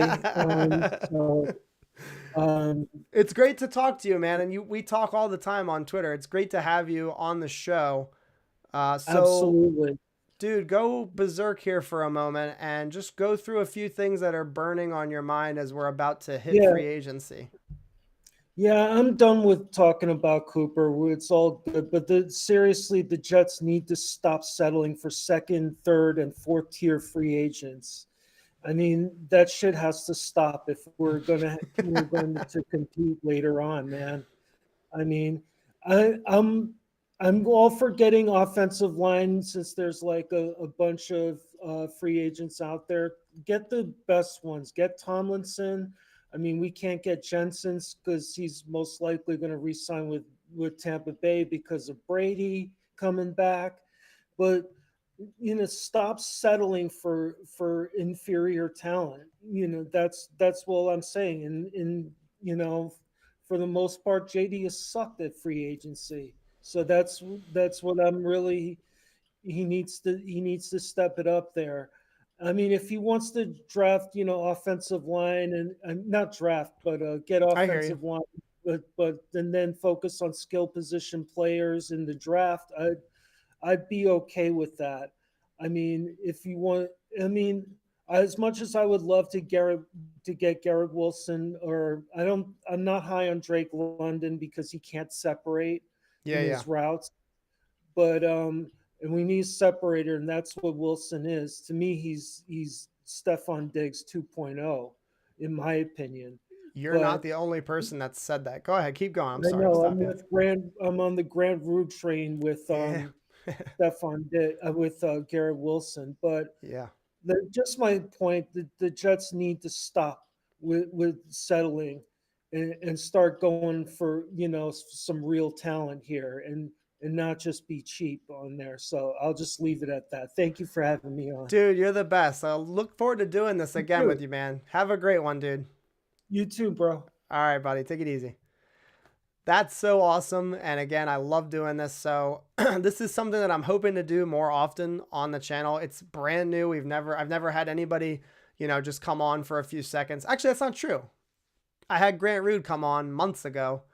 But I would love to have more people, come on the show. So if you want to DM me and if you would like to join, just find me on Twitter and DM me. Say, I want to join. I want to come on. And, he makes a great point about the fact that the Jets need to get top talent. Like, I don't know, we can argue whether it should be coming from the draft or whether it should be coming from free agency. But bottom line, the Jets have to bring in great football players to become a great football team. And so I hear you loud and clear. I believe it's John. I think that's your name. We have to find these guys. And one way or another, I think that is it's very important that the Jets find these guys. Free agency, trade market, the draft. And the one thing I will disagree on is Drake London. I'm not saying he's a great separator because I don't think that's his strength by any means. But I don't know if he needs to be a great separator to make plays on this football team. And I get what you're saying, though, when you say that, because this scheme kind of is predicated on, being able to separate. We got Spicy Pillow Talk subscribing to the channel. Thank you so much. If you guys have not jammed it up, hit the like button, subscribe to Jets Today. Tons of content coming your way. We got a lot of off-season stuff. Let's go back to the comments. Steven Engel, a long timer here on the channel, and he says Jets X Factor is high on Drake London for his separation and his route running. And that's exactly what I was kind of going at is, I don't know if that's like his strength necessarily, but I think it's kind of crazy that people are saying he can't separate. He's not as good of a separator as a Jahan Dotson or a Garrett Wilson or a Chris Olave, but I think he's good enough, right? He's a big dude. And I think a lot of what's going to happen with Drake London, coming up here is his pro day is going to be really, really important. If he can run a respectable 40 time and if he can keep it in that 4.5 range, I think he's got a chance to be top 15 pick without a doubt. And he might already be a top 15 pick before he even runs his 40. Mike Jerome, you're down to come on. Dude, let's do it. I need to be able to send you the link though. So get on Twitter. If you don't have a Twitter account, make a Twitter account. They're free. And friend me, or follow me, I should say. And send me a DM. The Twitter handle is on the screen, NYJetsToday_. Would love to have you come on, brother. We need 3 big moves in free agency. I will say, they're going to, I don't care what you say about how much money they're going to spend. There should be at least a couple of names that we can look at and say, regardless of whether they're first tier guys or second tier guys, there's going to be some players that we can point to and say, okay, clearly these are the guys they're going after. This is the vision for the team. Even if it's second tier guys. I mentioned Tyler Conklin earlier. He is not an elite tight end. But if they bring him in, you can say to yourself, like, okay, they've got the veteran now. So now they're going to probably look to add somebody in the draft. And they're going to then have a competent tight end room. It won't be an elite tight end room, but it will at least be not the worst in the National Football League, which is what I think we're dealing with currently on this football team. And so if they bring in a free agent like him or anybody else, there's a bunch of other guys that are available. Gerald Everett was the guy I mentioned. He should be, considered a big move in free agency. He's not going to cost a lot of money, but he would help our team dramatically. Mark Orlando is saying that he creates separation. I think he's talking about Drake London. Let's see. What's up, Jerome? I see you, brother. I'm going to get you. You found me on Instagram, which is actually perfect. I should have said that. You could DM me on Twitter or Instagram. I will say the one thing is I'm not sure if I can send you the link on Instagram, though, because I can't pull that up online. I will try to, though. So hang tight with me. We need to build the line and get Zach 2 weapons. Johnny Martinez, who do you like on the offensive line? Me personally, I am all in on Laken Tomlinson. I'm all in on James Daniels. These are 2 guys that I would love to add to the team. But let me know who you would like to add. Let me see if I can get on Instagram online. I don't know if they have. Do they even have a browser version of this? NY Jets Today. Log in. I'm working on it, Mike Jerome. Save info. Sure. Why not? All right. Hold on. Is there a DM? I think there is. Oh, Mike Jerome, I'm about to add you, brother. All right. Invite sent, my man. Come on aboard. Mike Jerome will be joining me, which is awesome. That'll be the 3rd one of the night. You sign who wants to be here. You let go of the players that don't want to be here, and you pay for players you want here. That's a pretty interesting way of saying all of that, actually, and you're not crazy. I don't think I've ever heard that before. Let's keep going to the comments. We need big moves in the draft. The draft is going to be critical, right? Because they're not going to be they're not going to be able to fix all of the needs in free agency alone. So the draft is going to be crucial. Pick 4, pick 10, picks 35, 38. All of these picks are so important in turning this team around. We're about to add Mr. Mike Jerome, but I'm going to get a couple more comments in here. Let him get all set up. Liam Howley, that's a super cool profile picture. He says, I want the Daniels dude from Bears. Huge, filling in the right guard position, and he is a JD type of guy.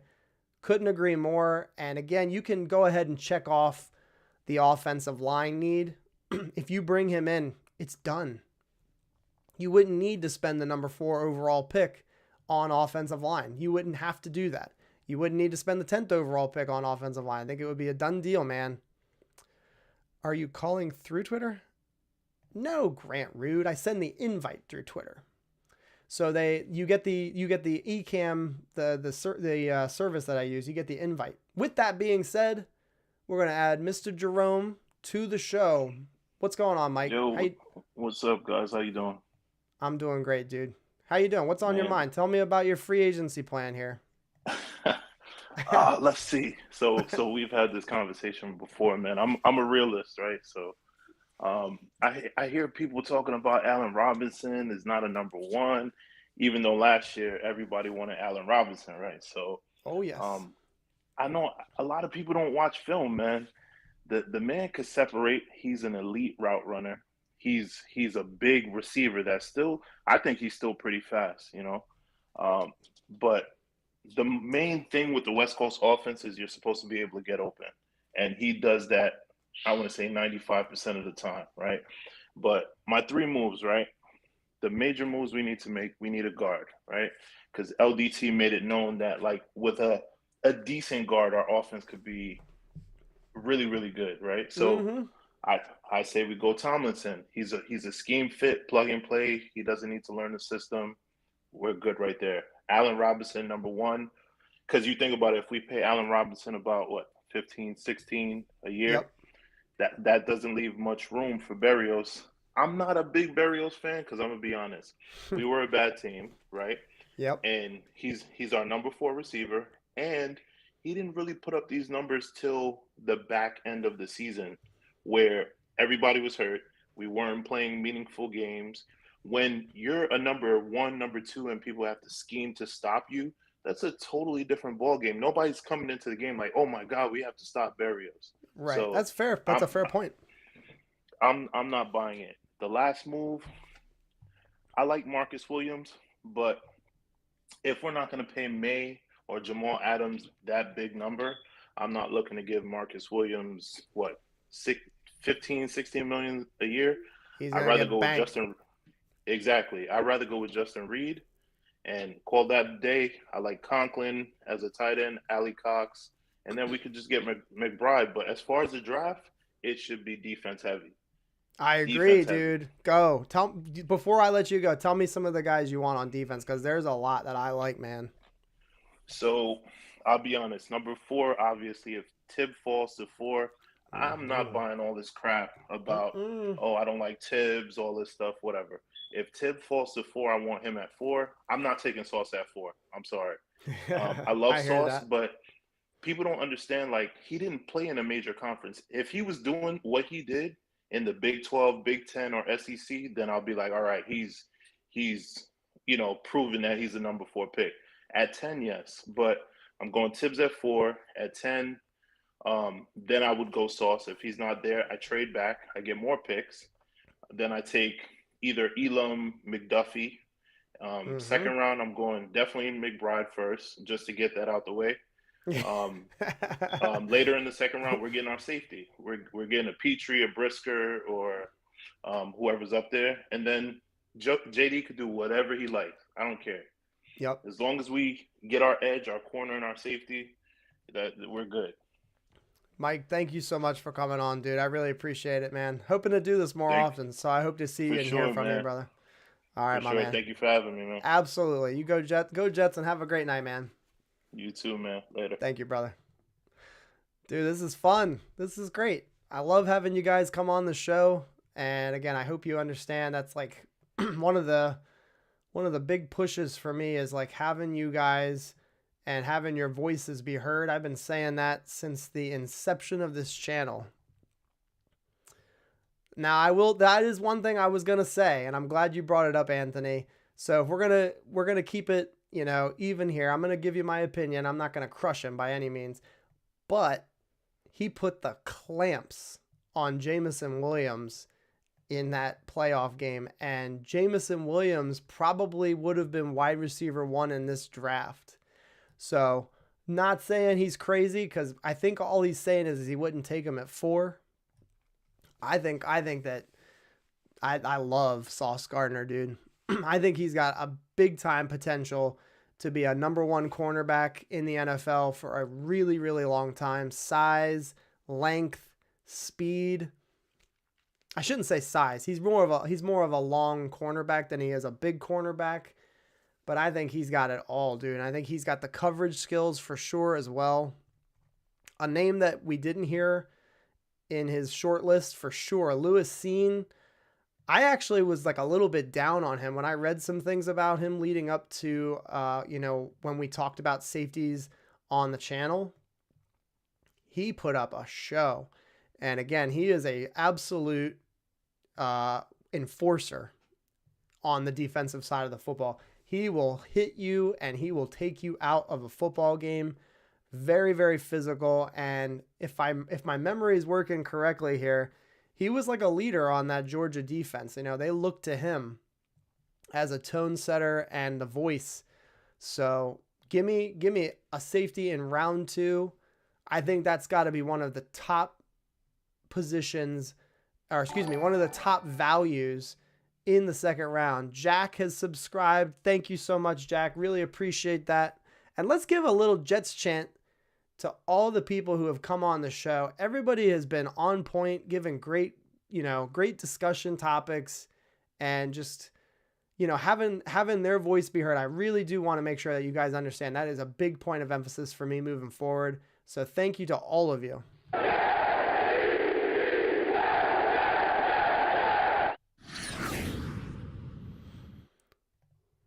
Joe Grana, he says, Sauce is that good. And Thibodeau might be a head case. Jermaine Johnson, Carl Loftus at 10 would be great too. I'm starting to think Sauce at 4 and getting Jermaine at 10. Whoo! Man, oh man, that looks good. I love Gardner. I mean, he might not be as good as Revis, because Revis is one of the best cornerbacks of all time, if you ask me. But even if he's just a really damn good corner on the outside, that is what this team needs on defense to go along with an outstanding pass rush. Hell yeah. I'm signing up for Gardner. And again, it doesn't have to be at 4. There are people that think he's going to go to the Giants. They could take him if we don't take him at 4. I'm up for it, man. I am absolutely starting to be interested in that idea, in going cornerback 4 and then edge at 10. And if you fill some of these needs on offense in free agency, I am fine with going defense heavy in the draft. There's nothing wrong with that. And again, getting a stronger defense is going to help our whole football team play at a higher level. You guys are absolutely blowing it up in the chat. Everybody's hyped up for free agency. It is clear. Straight 100, and he was on earlier. He says that if Drake London runs a sub 4.5, I would warm up to drafting him at 10. Love his size, and we do need a red zone threat badly. Yeah, and that's why you and I were in agreement with DK Metcalf. If that dude was available, which, by the way, I don't think that's an option. I don't think he's available. I don't think the Seahawks are going to trade him. But holy crap, man, we could definitely use a big guy on the outside. And Zach Wilson, you've seen the highlights for Drake London. He can 100% body you up and get his hands up in the air and grab that football. And he is secure. He can bring it down easy. So love the idea of London. And again, if you just think about London and Michael Carter and Elijah Moore being on the same offense, we can go score some points. We could go score some points, and that's what it's all about. All right, Zane Game, he says, I know Sauce is great, but what happened to the thought that Saleh's defense doesn't need a great cornerback? Isn't the pass rush the main priority? Yes, 100%. Absolutely, edge always is the priority. But, and this is a small but, not one of those big buts. If you can pair those two things together, if you can get a number one cornerback, and if you can have your dominant edge rushing and your dominant pass rush, then you're cooking. On defense, you're going to be very, very hard to score against. And you're right. Edge and pass rush in general is the top need and is the priority on this scheme. But again, think about the receivers that the Jets have to go against in the AFC. And the list is forever long. And I'm not going to go through all of them. I'm just going to give you a few names. Keenan Allen, Tyreek Hill. We've got Stephon Diggs in our own division. We've got Jalen Waddle in our own division. Amari Cooper is now in the AFC. These are guys that we might not even play this upcoming year, but you get my point. There are really, really good wide receivers all over the AFC, and we have to be able to match up with them. And I guess the idea here is that you do need your edge rushers, but you also need to be able to match up one-on-one versus some of these elite wide receivers. And I think that's what a Sauce Gardner would do. That's what a Carlton Davis from the Bucs would do. I'm still hopeful that they can address both. But you're right. Edge rush, pass rush, always is going to be the precedent. Excuse me. What's up, dude? Mike Gee, good to see you. Yeah, man, I think I'm here for a little bit longer. I'm really enjoying this. You guys are fired up for free agency. And I can't get enough talking Jets, so we'll keep it moving as long as you guys are here. Throw me some questions. And if you want to, I've already had 4 people join me on the show tonight. If you would like to join me, go ahead and DM me on Twitter or on Instagram. And the handle is at NYJetsToday_. And if you DM me, I will have you come on the show with me and you can talk for 2 or 3 minutes and give me some of your takes on what free agency should look like, what the draft should look like. All of that stuff, man. I'm open to it. Johnny Martinez, he says, I want Tibbs at 4. I take my chance at cornerback later rounds. Sorry, Tibbs is a problem. Yeah. So if Kayvon is there at 4, I think that even if you really like Sauce Gardner like I do, I think you don't pass on Kayvon, and that's been my stance. And James, who's also on the channel, that's also been his stance. Go get that elite edge rushing, pass rushing threat. And so, yeah, couldn't agree more. I am on the boat with you. Let's go get Kayvon if he's there. And I do agree. Mike earlier was on the show and he said, I'm not buying all this, this stuff talking about his effort. His effort is fantastic. He is a hard, he plays hard, down to down. And I don't buy it that he doesn't play hard. If we don't get Allen Robinson, we have to pick one at 10. 100% correct. And that's what I don't like. I don't like the idea of being forced to do something at a draft pick. But you're right, though. If we don't take an Allen Robinson, if we don't add a wide receiver of high caliber in free agency or in trade, we are going to have to spend that 10th overall pick on a wide receiver. And it's going to ultimately be a Drake London. It's going to ultimately be a Garrett Wilson. So, yeah, I think you're 100% correct on that without a doubt. Let's see here. More and more. You guys just don't stop. That's awesome. Liam Howley, he says, ideal free agency and draft. Let's take a look here. He says, James Daniels, right guard. Hell yeah, check. He says, Gage, wide receiver. I like it. He would be a better version of what Keelan Cole, I think, was supposed to be when they brought him in. Hopeful for Marcus Williams at safety and or Allen Robinson at wide receiver. Taylor Stallworth at defensive tackle. Jones at defensive tackle. That's a name that I keep hearing a lot is the defensive tackle. I can't remember his first name. He's from San Francisco. It's not Deion Jones. Can't remember his first name. But yes, Jones. Defensive tackle. I think they're going to let Foley Fatukasi go, so it's a big need. Draft Ikem Ekwonu. Draft Neal. Evan Neal? I think that's what he's saying. Or Tibbs at 4. Wide receiver or Sauce at 10. Brisker, Seen, McBride in the second round. Liam, I love what you're about, brother. You're goddamn right. Sounds good to me. Sounds good to me.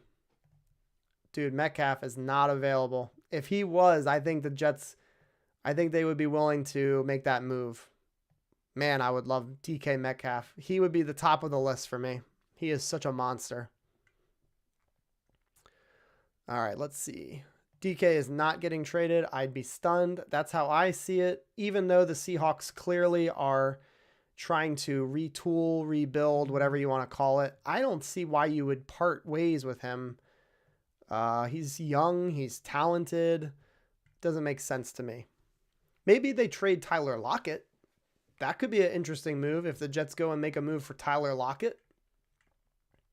And it probably wouldn't cost too much in trade compensation either. Sauce, I sense interceptions. He would be cooking them up. He would be throwing them in the sauce, no doubt. Gary Peters, he says, David Ajabo from Michigan is my third defensive end. Who's yours?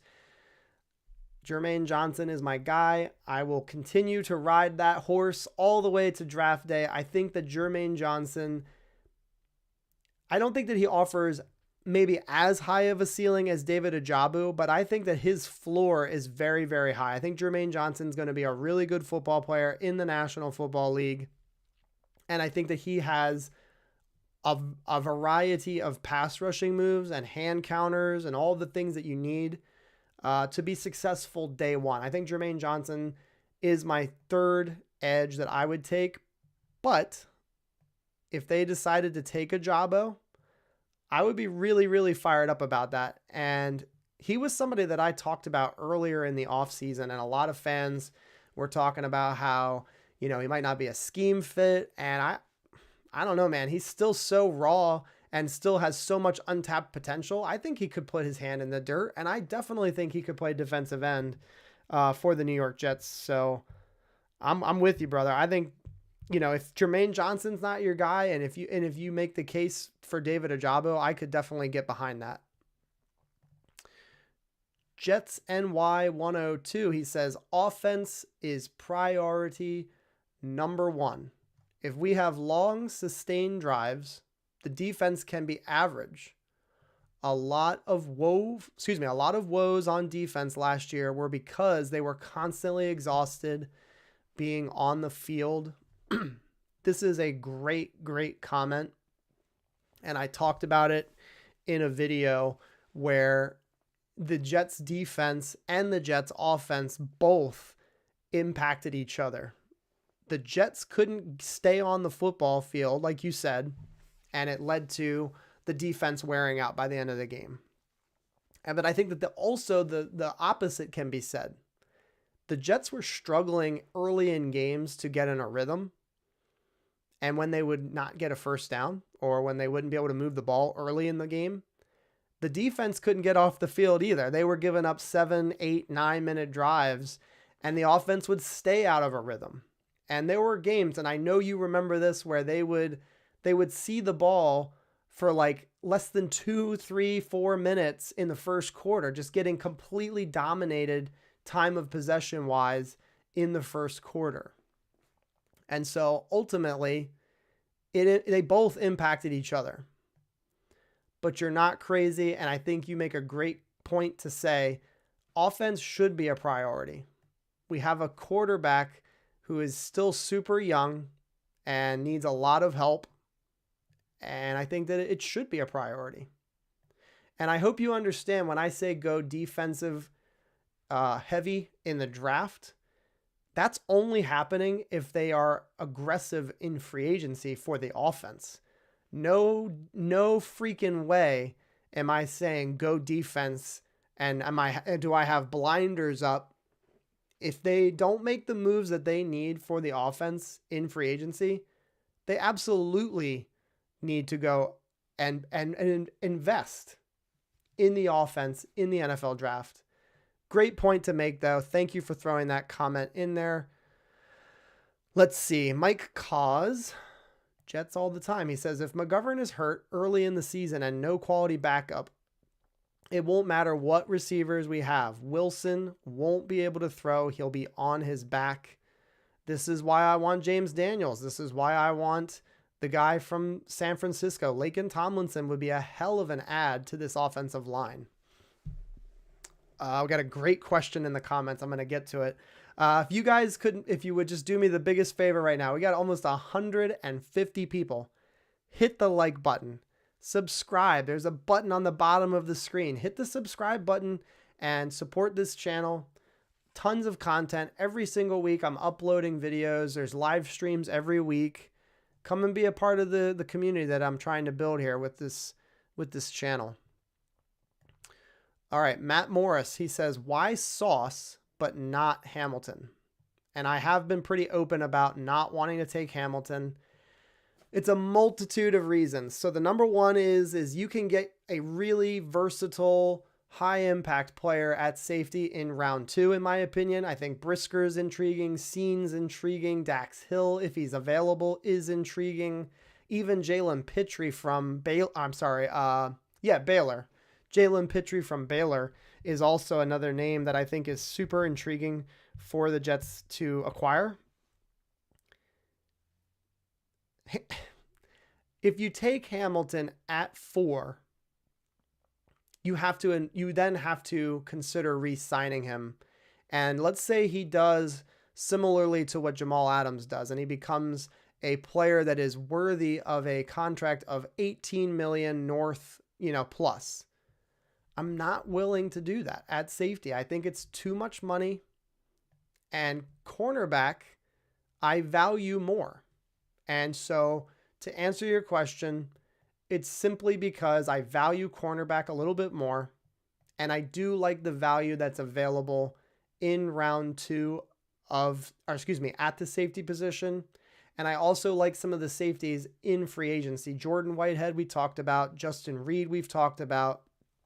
Quandre Diggs, we've talked about. Tyrann Mathieu. There's lots of options this offseason with safety.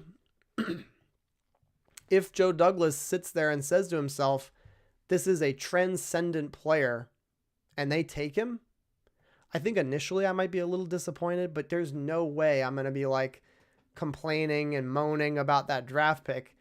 If they believe that he is a generational talent, that's a phrase that's thrown out a lot.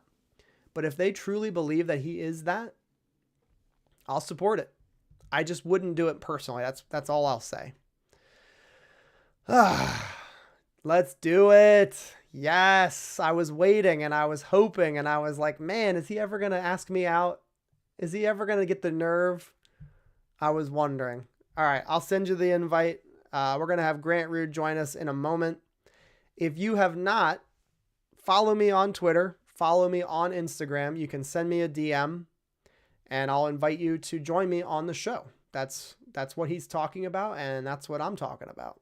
So Grant Rude wants to come on. We'll paste the link. Bing, bada boom. He'll be joining me shortly. Tom Brady is back, King Blaze. Can you believe that shit? What in the world? Like, I hate Tom Brady. So let's just get that out of the way. First of all, why did he do that? Why did he retire? It felt like weeks ago, and I think it was just a few weeks ago, retired, and now is unretiring? Like, what are you doing, dude? Are you now Brett Favre? Is that what this is? I don't know. At the end of the day, I don't really care. He's with the Tampa Bay Buccaneers. He's not a Patriot. But it just makes me hate him even more. So maybe it's perfect, actually. I hate him more than I did prior to today. So it's perfect. I can't believe he's back. I really can't. I thought that when he retired, that was it. The fact that he is going to be coming back is mind-numbing and mind-blowing. Cannot believe it. Michael Elias, he says, I'm thinking 6 to 8 wins this year. Honestly, we are most likely towards 6 as opposed to 8. This is so hard to answer early on in the offseason, but I'll say this. If we go from 2 wins to 4 wins to 6 wins, there will be a level of disappointment from me. Are they moving in the right direction? Yeah, sure they are. But are we really getting excited about a 6-11 season? I don't know about that. That's still double-digit losses. And I'm not saying I expect 8 wins, because I don't want to say that. Because if they go 6-11, 7-10. Sorry. I was trying to do the number crunch there. If they win 7 games and they lose 10 games and they are competitive in most of them and they are, looking better on offense, looking better on defense, we're going to be able to retain our coaching staff. Sure. I can probably get behind a 7-10 season right now, but it just depends. It depends on what it looks like. And again, the same thing could be said for a 6-win season. If we're up and down, inconsistent, the offense is still struggling, Zach Wilson, we still don't really know. I don't know, man. It's tricky. I think that it's fair for fans to expect anywhere from 7 to 8 wins. I think that's completely reasonable. I don't think it's ridiculous. And there's a video on the channel talking about the Cincinnati Bengals, and I get it. They just went to the Super Bowl. I'm not saying the Jets are going to the Super Bowl, but they went from being a 4-win team and they flipped it. They completely turned it around. They went and they won 9 games. It's not impossible. And it happens more than we realize and more than we talk about. So kind of like what we were describing earlier as well. If we only win 6 games and if we're still not in the playoff picture in 2023, something bad happened. And I'm willing to guarantee you that. If we're not a borderline playoff team in 2023, something went wrong. Something bad. All right. Let's keep it moving here. DJ Jones, thank you very much. Yes, could not remember his name. I did say Dion, so I guess I was sort of close. You can give me some points for that. Bino, excuse me. He says, bro, there's wide receivers that are going to be there in the second round. David Bell's going to fall. He's going to fall in the draft. He's not going to go in the second round. I did have him in the second round in a mock draft, a couple of weeks ago prior to the combine, but he ran a 4.65, I believe. And I get it, 40 times are not the be all end all, but teams are going to pass on him. They're not going to take him in the second round. Anyway, back to your point. David Bell, Pickens from Georgia, Christian Watson from North Dakota State, Mitchell. It doesn't have to be 10. Why is everyone so hung up on taking a wide receiver at 10? I'm answering the question from earlier. If we don't get an Allen Robinson, if we don't sign, let's say, Christian Kirk, who I'm starting to kind of cool on a little bit, if we don't go and get that wide receiver in free agency, they're going to have to address it early in the NFL draft. They can't afford to wait, I think. And I think that's what the idea here is that if you go and you pass on these free agents, you're going to have to go early in the NFL draft. I think that would be a big mistake if they didn't do that. We've got Mr. Grant Root on the show. I'm going to add him in just a second. I'm going to give him a chance here to get his thoughts together in case he's not ready. I don't know. Are you ready, Grant? He looks like he's ready. Let's just add him on. What's going on, dude? Always. Oh, not much. Just finished putting together a Mario Kart remote control thing for my kids and having a beer now. So good stuff. Things are going good, I guess. Yeah, ready man.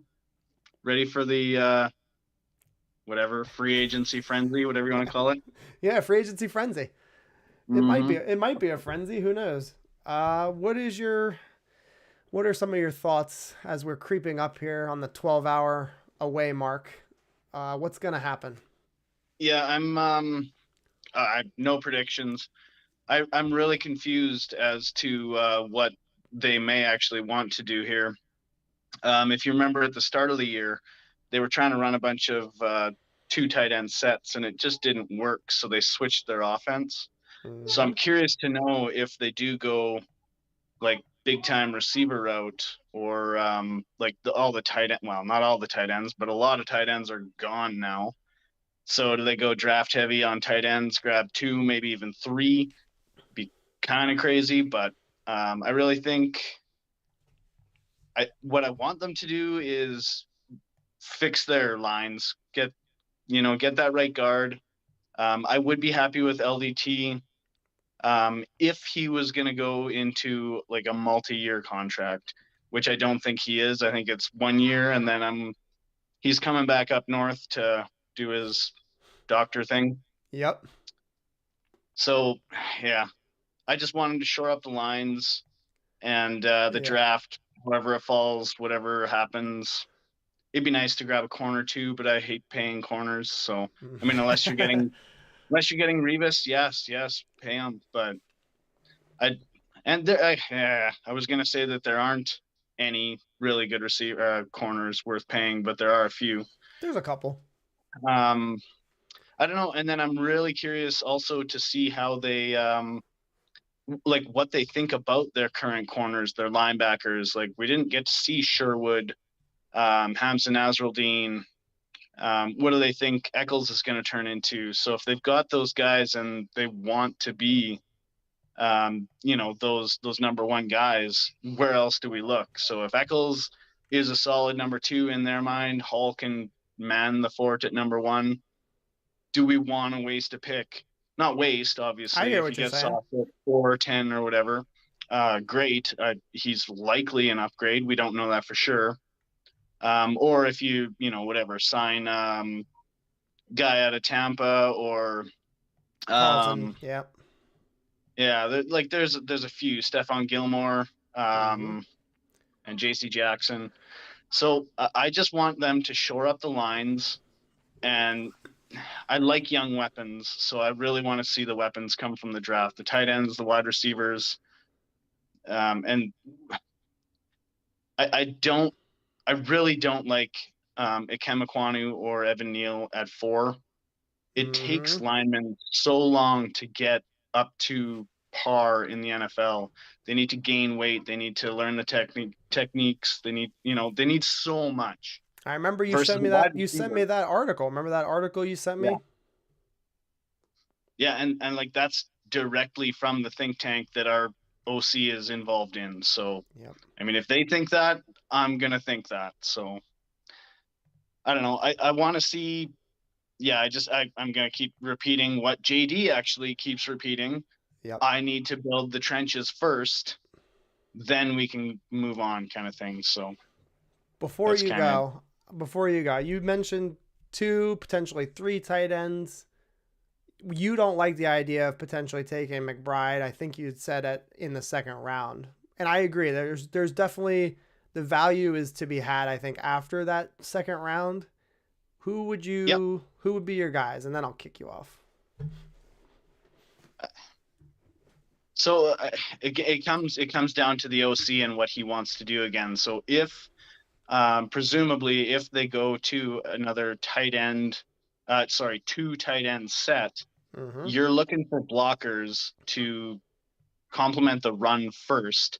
Yes. Second, you need that red zone target just to switch it up, because you need more than just a run offense. Of course. And then third, that would tie into like a chain mover. So I think I'm pretty outspoken against guys like Isaiah Likely. I don't need that home run hitter at tight end. I need the blocker. I need the chain mover. I need the red zone threat. It'd be really cool, a guy like Gesicki or Jalen Weidemar. I was really high on him going into everything, but as I kind of did my own thing, I don't like his blocking. Some people say he's adequate. I don't like it, so I respect it. I mean, McBride, I'm all right with McBride at 38. I think, I think he'll probably go earlier than that. I just don't see, he's not going to be a top 10 tight end in the league. None of these guys are, in my opinion. That's So actually a really do, interesting point. do you really want to spend a second round pick on a guy that's not going to be, and like, if you think about it, who are the top 10 tight ends in the league? If you start getting into that 7, 8, 9, 10 range, they're not George Kittle. They're not, Kelsey or Waller. They're not vital pieces. So Yep. just get me the blocker, get me the guy that can move the chains and present a red zone threat to take a little heat off the run game, allow, Elijah Moore to do his thing. So, and that's also why I'm quite a bit higher on guys that can do the separating route running speed over like the Drake London. I'm not high on Drake London. I think he's a great receiver. I don't think he's a good fit. Burks, I have questions about. Like, I love Chris Olave. I love Garrett Wilson. I'm all right with David Bell, but I wouldn't draft him in the second where I think he's going to go. And I don't know, like Valdez Scantling is interesting because he's speed. Mm-hmm. So you take the top off the defense. But then that also brings up Mims. Like, what's going on with Mims? I have no idea. Like, Parkinson on the last episode was adamant that he is not going to be on the team. Well, I've heard multiple people. The dude from The Athletic, Connor Hughes. Connor Hughes. He also said, I don't know, a month ago maybe, like, Mims will not be on the starting 53 come week 1. So it'll be really interesting. I think from what I've been seeing on Twitter, like with the Cooper stuff, if it's in the plans, like, we don't know the plans. So to be upset about not getting Cooper, maybe he wasn't the guy that, he didn't fit the system. He didn't fit what they want to do. Yeah. So I'm really curious to see if they are, like, if they go heavy after a tight end, if they overpay a tight end. I think you're going to see a tight end taken real early to get their guy kind of thing. Yep. So, I mean, we'll see. Yeah, that's a great point there. George Kittle taken in the 5th round. Yep. There are guys that could do that. Like Greg Dulcich, where's he going from UCLA? Like, is he going to be, drafted in the 2nd, drafted in the 4th? Where does he go? He could turn into Jason Kelsey, Yep. So there are guys like that. But all right, good stuff, man. Thank you so much for popping on. I really do appreciate you. Yeah, you bet. All right, brother. Take it easy. I'll talk to you soon. Yep. Later. That is Grant Rude, and he gets the grace of being able to talk as long as he wants, because Grant Rude has been watching this show since like episode 2, I'm pretty sure. So thank you very, very much, Grant Rude, for coming on. Hopefully we do this more often. I would love to have episodes just for you guys, where we can just talk. And he brings up a lot of interesting points, guys. The one specifically about the tight ends, we need guys that can do both. I don't think that we need a Gesicki or an Evan Ingram in this offense. I think we need guys that can do both blocking and receiving and being able to move the chains. And again, he said, like, having a variety, having a chain mover and also having that mainstay, that blocker. No worries. Dude, you get it. You could talk as long as you want. There is no end. There is no Jets today without you. Steve Rose, he says Dawson Knox. So I think what he's saying is somebody like Dawson Knox, but also, not really having to spend an early round pick on him. Dawson Knox has been really good for the Buffalo Bills, and he does everything. He does a little bit of it all. And Joe Grana throws a question in there. He says, what about Christian Watson at 38? I am not a draft expert. I am not a film expert. But what I will tell you is I've been watching football for a long time, and maybe you have too. I have a feeling Christian Watson is one of those guys that's just going to go earlier than we expect. And I honestly think he might be a late first round pick. He might not even be there at pick 35, let alone 38. I think that teams are going to salivate at the size combo, the speed. And I do think that he offers some upside with the size that he is, being able to run some routes. Yeah, that's what I'm thinking, Grant. I think that he has a chance to actually be a late first round pick. And I will say, so back to what you were asking me, Joe Grana, I would. If he were there at 38, even if he were there at 35, I would absolutely consider him. But I'm probably not waiting until round 2 if we don't sign or trade for a wide receiver. I just don't know if I'm comfortable doing that. Although Jahan Dotson would be an interesting one, and I think he could be there at 35. Steve Rose, he was a 3rd round pick. Yep.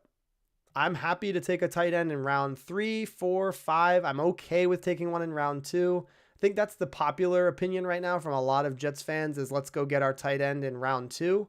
But I don't know if we need to do that. In this draft, there's a lot of dudes that can be had in that late round conversation.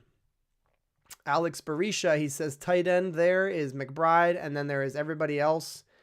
So I think that's fair to say he's probably the tight end 1 in this draft. But back to what Grant said a little bit earlier ago, is he going to be, or is he going to have, the potential to be a top 10, top 15 tight end in the National Football League? I think there are guys that are going to go a little after McBride that do have that upside. I don't know if McBride does have that in him. I don't know. I don't want to sound like a hater of McBride. I certainly am not. I would be happy and very, very excited if they take him. But we'll see.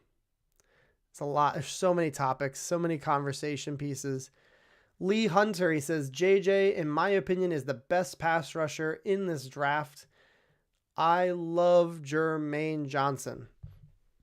If the New York Jets are on the clock and Hutchinson and Thibodeau are gone and they decide to take JJ at 4, I think it's a little early, but I would not lose my mind over that draft pick. I think he's really, really good. And I think he's well-rounded. He's not a one-trick defensive lineman. He can play against the run. He can get after the quarterback. Extremely high motor. I really, really think that the case can be made that JJ has the upside to be one of the best, if not the best, edge rusher in the entire class.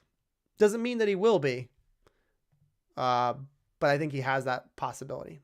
I'll disagree, Bino. You've got a lot of great comments tonight. I'm going to say that I don't know if any tight end's going to go round 1 this year. Of course, I could be wrong. I think that most teams are going to pass on tight end in round 1 because of the depth at the position this year. I think we're going to see the tight ends start to come off the board, though, in round 2. I think that's where they're going to start going, and there could be a really big run on tight ends in rounds 2, 3, and 4. I think that's where we're going to see the most tight ends fall off and come off the board. It's still 10:20. I've got a little bit of energy left in me. If you haven't hit the like button, hit the like button. If you haven't subscribed to the channel, go ahead and subscribe. One thing I will ask you guys before I start to wrap up the show is, what are your thoughts on a potential draft giveaway? I am on the side of potentially having a draft giveaway on the channel, and I have an idea of what I'd like to do, but I don't want to pigeonhole and say what it will be. So what are your guys' thoughts? What would be a cool giveaway for somebody on the, part who's subscribed to the channel? Would love to hear your opinions on that. Let's see. It's 10:23. Our mind and body still think it's 9:23. Oh my God. Ugh, dude, as an older dude, and I know maybe I'm not as old as some of you guys, but I hate losing that hour. losing the hour sucks so much. And as a parent, it's even worse. I hate it. I can't stand it. It drives me crazy. Oh man, Vern, you're really down on JJ that much? Jadeveon Clowney? Why? Why do you think he's gonna be like Jadeveon Clowney? I will listen to your take here. What makes you think he will be like not an average pass rusher, but maybe like an inconsistent pass rusher? Lee Hunter, he says, let's do a jersey giveaway. That could be pretty cool. Grant Rude says there's like 8 tight ends similarly graded in this draft. Teams will wait. They know that they know when the first one goes, they'll still get a guy with a similar skill set. A Mark Sanchez bobblehead. I have a Rex Ryan bobblehead. I have a Mike Westhoff bobblehead. I have a Boomer Esiason bobblehead. And embarrassingly, I have a Mike Nugent bobblehead. That is one of the bobbleheads behind me. I know. Bad. Ruckert McBride. I am a huge... If I'm being honest with you, I think Ruckert is exactly the type of tight end that Grant Rube was describing earlier. He is I think, quintessential blocker / chain moving kind of guy. Like, he's not going to like go crazy, running after the catch. He's certainly not going to be a field stretching tight end either, but he is a down to down tight end. You can play him every single down. He'll be able to help you in the running game right away. Ruckert's one of my favorite players for the New York Jets in this entire draft. Your Jets flag. I'm not giving you my Jets flag. Although that would be a pretty cool thing to throw into the giveaway is include the flag as well. I can get another one. A playoff game. Man, if I could give you that, I would give you about 3 or 4 of those. I would love that. Jermaine Johnson is the truth. Guy's going to be a beast. That's how I feel, man. I love what I'm seeing from JJ. Everything looks good with him. All right, let's see the film. All right, but that's what I'm saying. That, like, what did you see from his film that you don't like? Is it like he takes plays off? Is it that he's, that he's not holding up against, some of the better offensive linemen in the country? Like, what are you seeing? I want to know. Be specific. Damn it. Tyler Conklin. Yes, I want him. Christopher, I hope you like him too. He's been one of the guys that I've been talking about. I think he is a quintessential Joe Douglas type of signing in free agency. I think he fits exactly what they want. Let's see here. More comments. William Malpica, he says, what's your thoughts on Tibbs? I think Kayvon Thibodeau is a guy that has got that explosive first step, kind of like Trayvon Walker from Georgia. They have a special burst and can get upfield very, very quickly. And I think that's one of the biggest takeaways that you can actually count on from the combine transferring onto the football field. The 40-yard dash, when you're talking about edge rushers, really isn't all that important. But that 10-yard split, that first 10 yards, how fast can they get to top speed? And Trayvon Walker and Kayvon Thibodeau, they're some of the best at that. And so I'm not going to go on and on and on about him. I think the effort's there. I think that he's got, he can make big plays on defense and he'll help to get our secondary, to get the hands on their football. But ultimately, I think his first step is special and he can get after the quarterback. So that's what I'm going after. Okie dokie. Alec Pierce could be the George Kittle find at rounds 3 through 4. I think he's talking about that wide receiver from Cincinnati. Is that correct? There are so many hidden gems all over every year. And they got to find these guys. Alec Lindstrom, the center from Boston College. Is that correct? 69, pick 69 is what we have. That might be a little early for him, I think. I could be wrong. I would be up for taking an interior offensive lineman, though. I think that we do need a developmental piece. I still prefer having Connor McGovern play out his contract, play this last year. And then after the season's over, hopefully you have somebody already on the team that can kind of step into that starting lineup that will have a year, maybe not playing time, not playing in the NFL, but somebody that you can put in the lineup after having a full year being with the team, getting coached up, kind of like what Grant Rue was talking about, getting acclimated to being in the NFL and, having the proper weight, the proper strength, and proper fundamentals. Like, there's so many things that go in with being an offensive lineman in the National Football League. And I think that that's one of the great things about taking offensive linemen in those mid to late rounds. You're not counting on those guys to start. You're counting on those guys to learn and to become starters down the line. And so Alec Lindstrom, whatever pick you want to take him, I like the idea of players like him because they accomplish what the Jets are trying to do, which is to have long-term success, to build through the draft. And ultimately, I think that's what he would provide. And a lot of other guys. I like Ed Ingram from LSU as well in that regard. He's a mid to late round guy, and he can sit for a year, but hopefully behind a guy like James Daniels or Laken Tomlinson. I think those are some guys that we should go after. And again, having depth and having young guys ready to go the following year, I think is very, very important.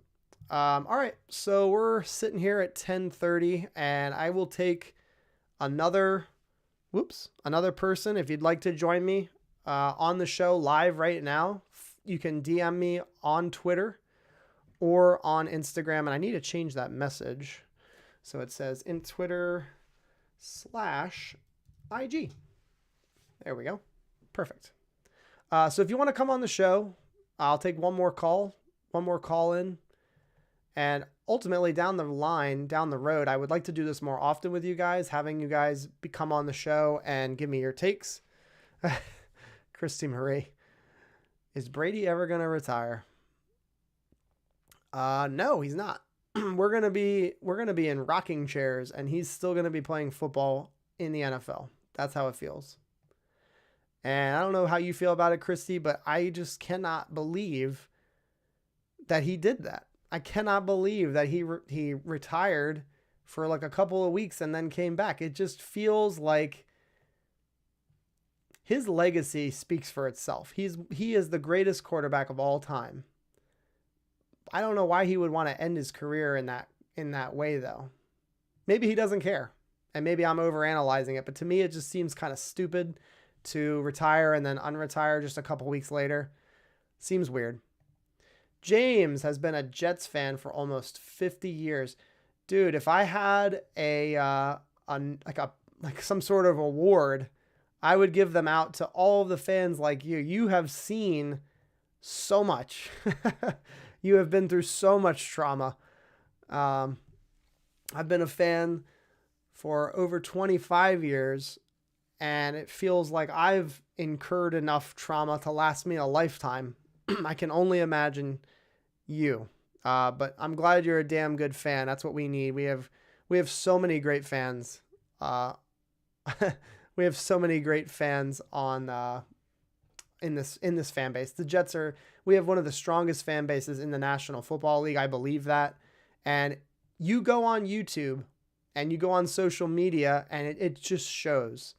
We have so many content creators on YouTube. We have so many people doing things on social media. It's outrageous and it's outstanding how many voices the Jets fans have, not only covering the Jets, but also just engaging with the fan base. It's pretty special.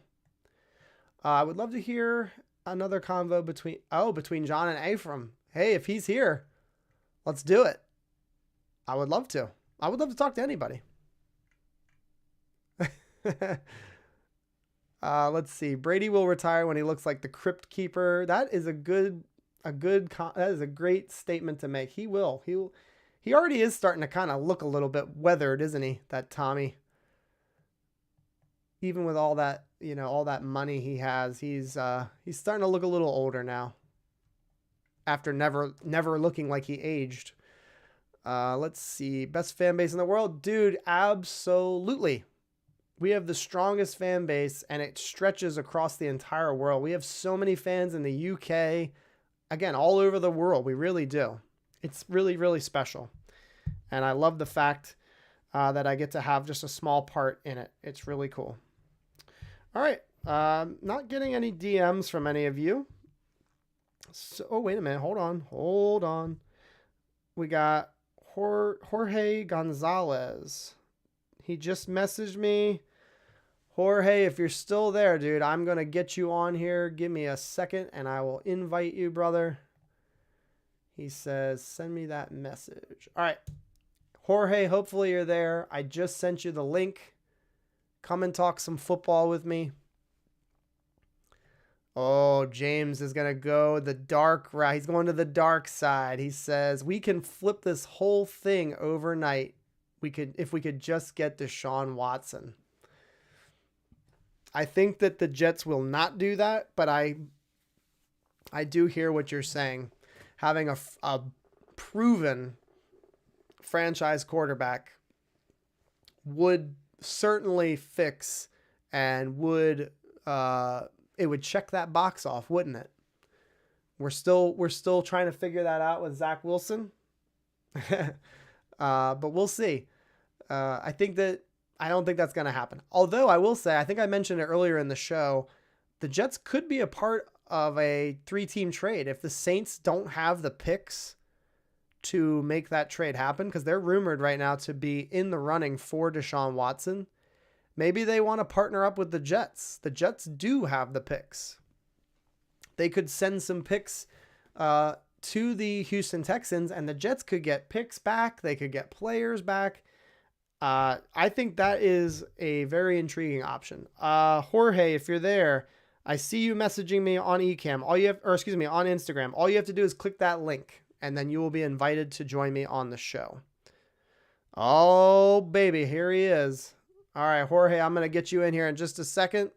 Got a couple more comments. I'll let you get settled. Vinny and the Jets, he says, what's good, Jets today? When did you become a fan? I have been a fan since, believe it or not, 1996. I've been rooting for the Jets, and my dad was he's a lifelong Jets fan, and I was kind of born into this. But yeah, 1996 is when it all began for me, man. 1-15. Good way to start, I think. All right, we're going to get Jorge in here. Jorge is on the show. What's going on, man? Hey, what's going on, boss? How you doing? I'm doing great. Tell me all about how we're going to fix this team in free agency, brother. Let's all get down on our knees and pray, man. Let's all get down on our knees and pray. Listen, I'm calling from Chicago because that's where I'm at right now. So, love Chicago, great city. It gives me a little bit of New York without all the heavy prices and, but it's also nice to be in a city that suffers in misery with the football team. So, big props to Chicago. Yeah, dude. I love Chicago. Oh, I love Chicago. Listen, my girl, she whatever. I don't want to talk about my girl right now. She's watching. She's she's a Patriots fan. She's from Boston. She's from south of Boston, and she's rejoicing in that guy coming back. And I'm sure she is. Whatever. But anyways, let's talk about all the promise that the Jets have, right? You know what? I think let's have trust in Joe. Like, let's trust Joe. I think he's doing it right. I think we just gotta have patience. Like, if you have the right person, leading you, then be patient, because it may not look like it right now, but if he's gonna get us there, then he's gonna get us there. And free agency, if he doesn't go after the big, honestly, Amari Cooper, yes, it's like but you know what? I actually didn't really want him Mm, because I don't think I don't know if he's like up here, and not saying nothing about the guy, but I hear you. some guys are just not made for the city, right? They're not made for that type of environment. They're not made for that type of criticism. And honestly, didn't really want him. DK Metcalf, you've been talking about him here and there. Man, I jump all over that one. Oh yeah, yeah. I jump all over that one. I give Seattle, I think about giving them a pick or two back, right? Be like, all right, here you go. You can stop being my stepchild, right? But aside from that, I think, be smart in free agency. If you're gonna sign somebody, love JD, Daniels, love Daniels. Oh If we go after him, or the guy from the two kids from the Rams and the Cowboys. It was a Colbert. Corbett. And, Yeah, yeah. yes. So I think those are the guys, solidify that, right guard.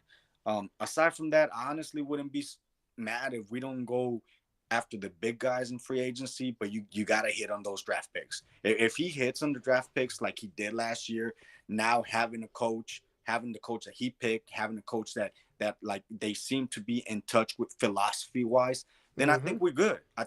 Then you supplement, through the free agents, and then you build through the draft, and you hit on those draft picks. And lastly, if we can trade down at least once, either on the fourth pick or on the 10th pick, and that's trading down with maybe Seattle 4 to 9, throw in Metcalf, maybe we throw in a pair of third round.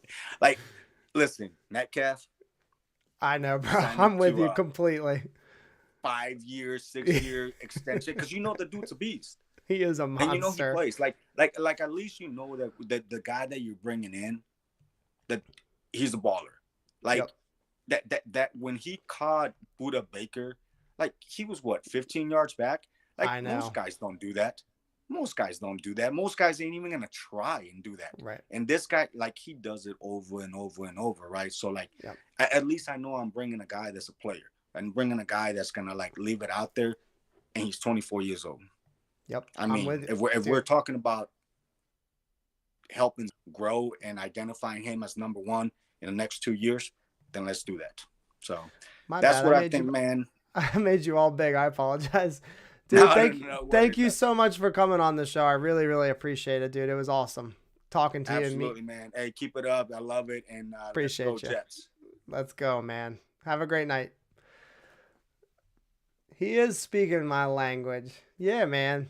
And I love the fact that he's bringing up the patience. Like maybe Joe Douglas doesn't do what we all hope that he'll do, early on especially. But ultimately, he's got a plan. And he's sticking to his plan. And it's a different plan than not only that we're used to, but it's a plan that we haven't seen with the New York Jets before.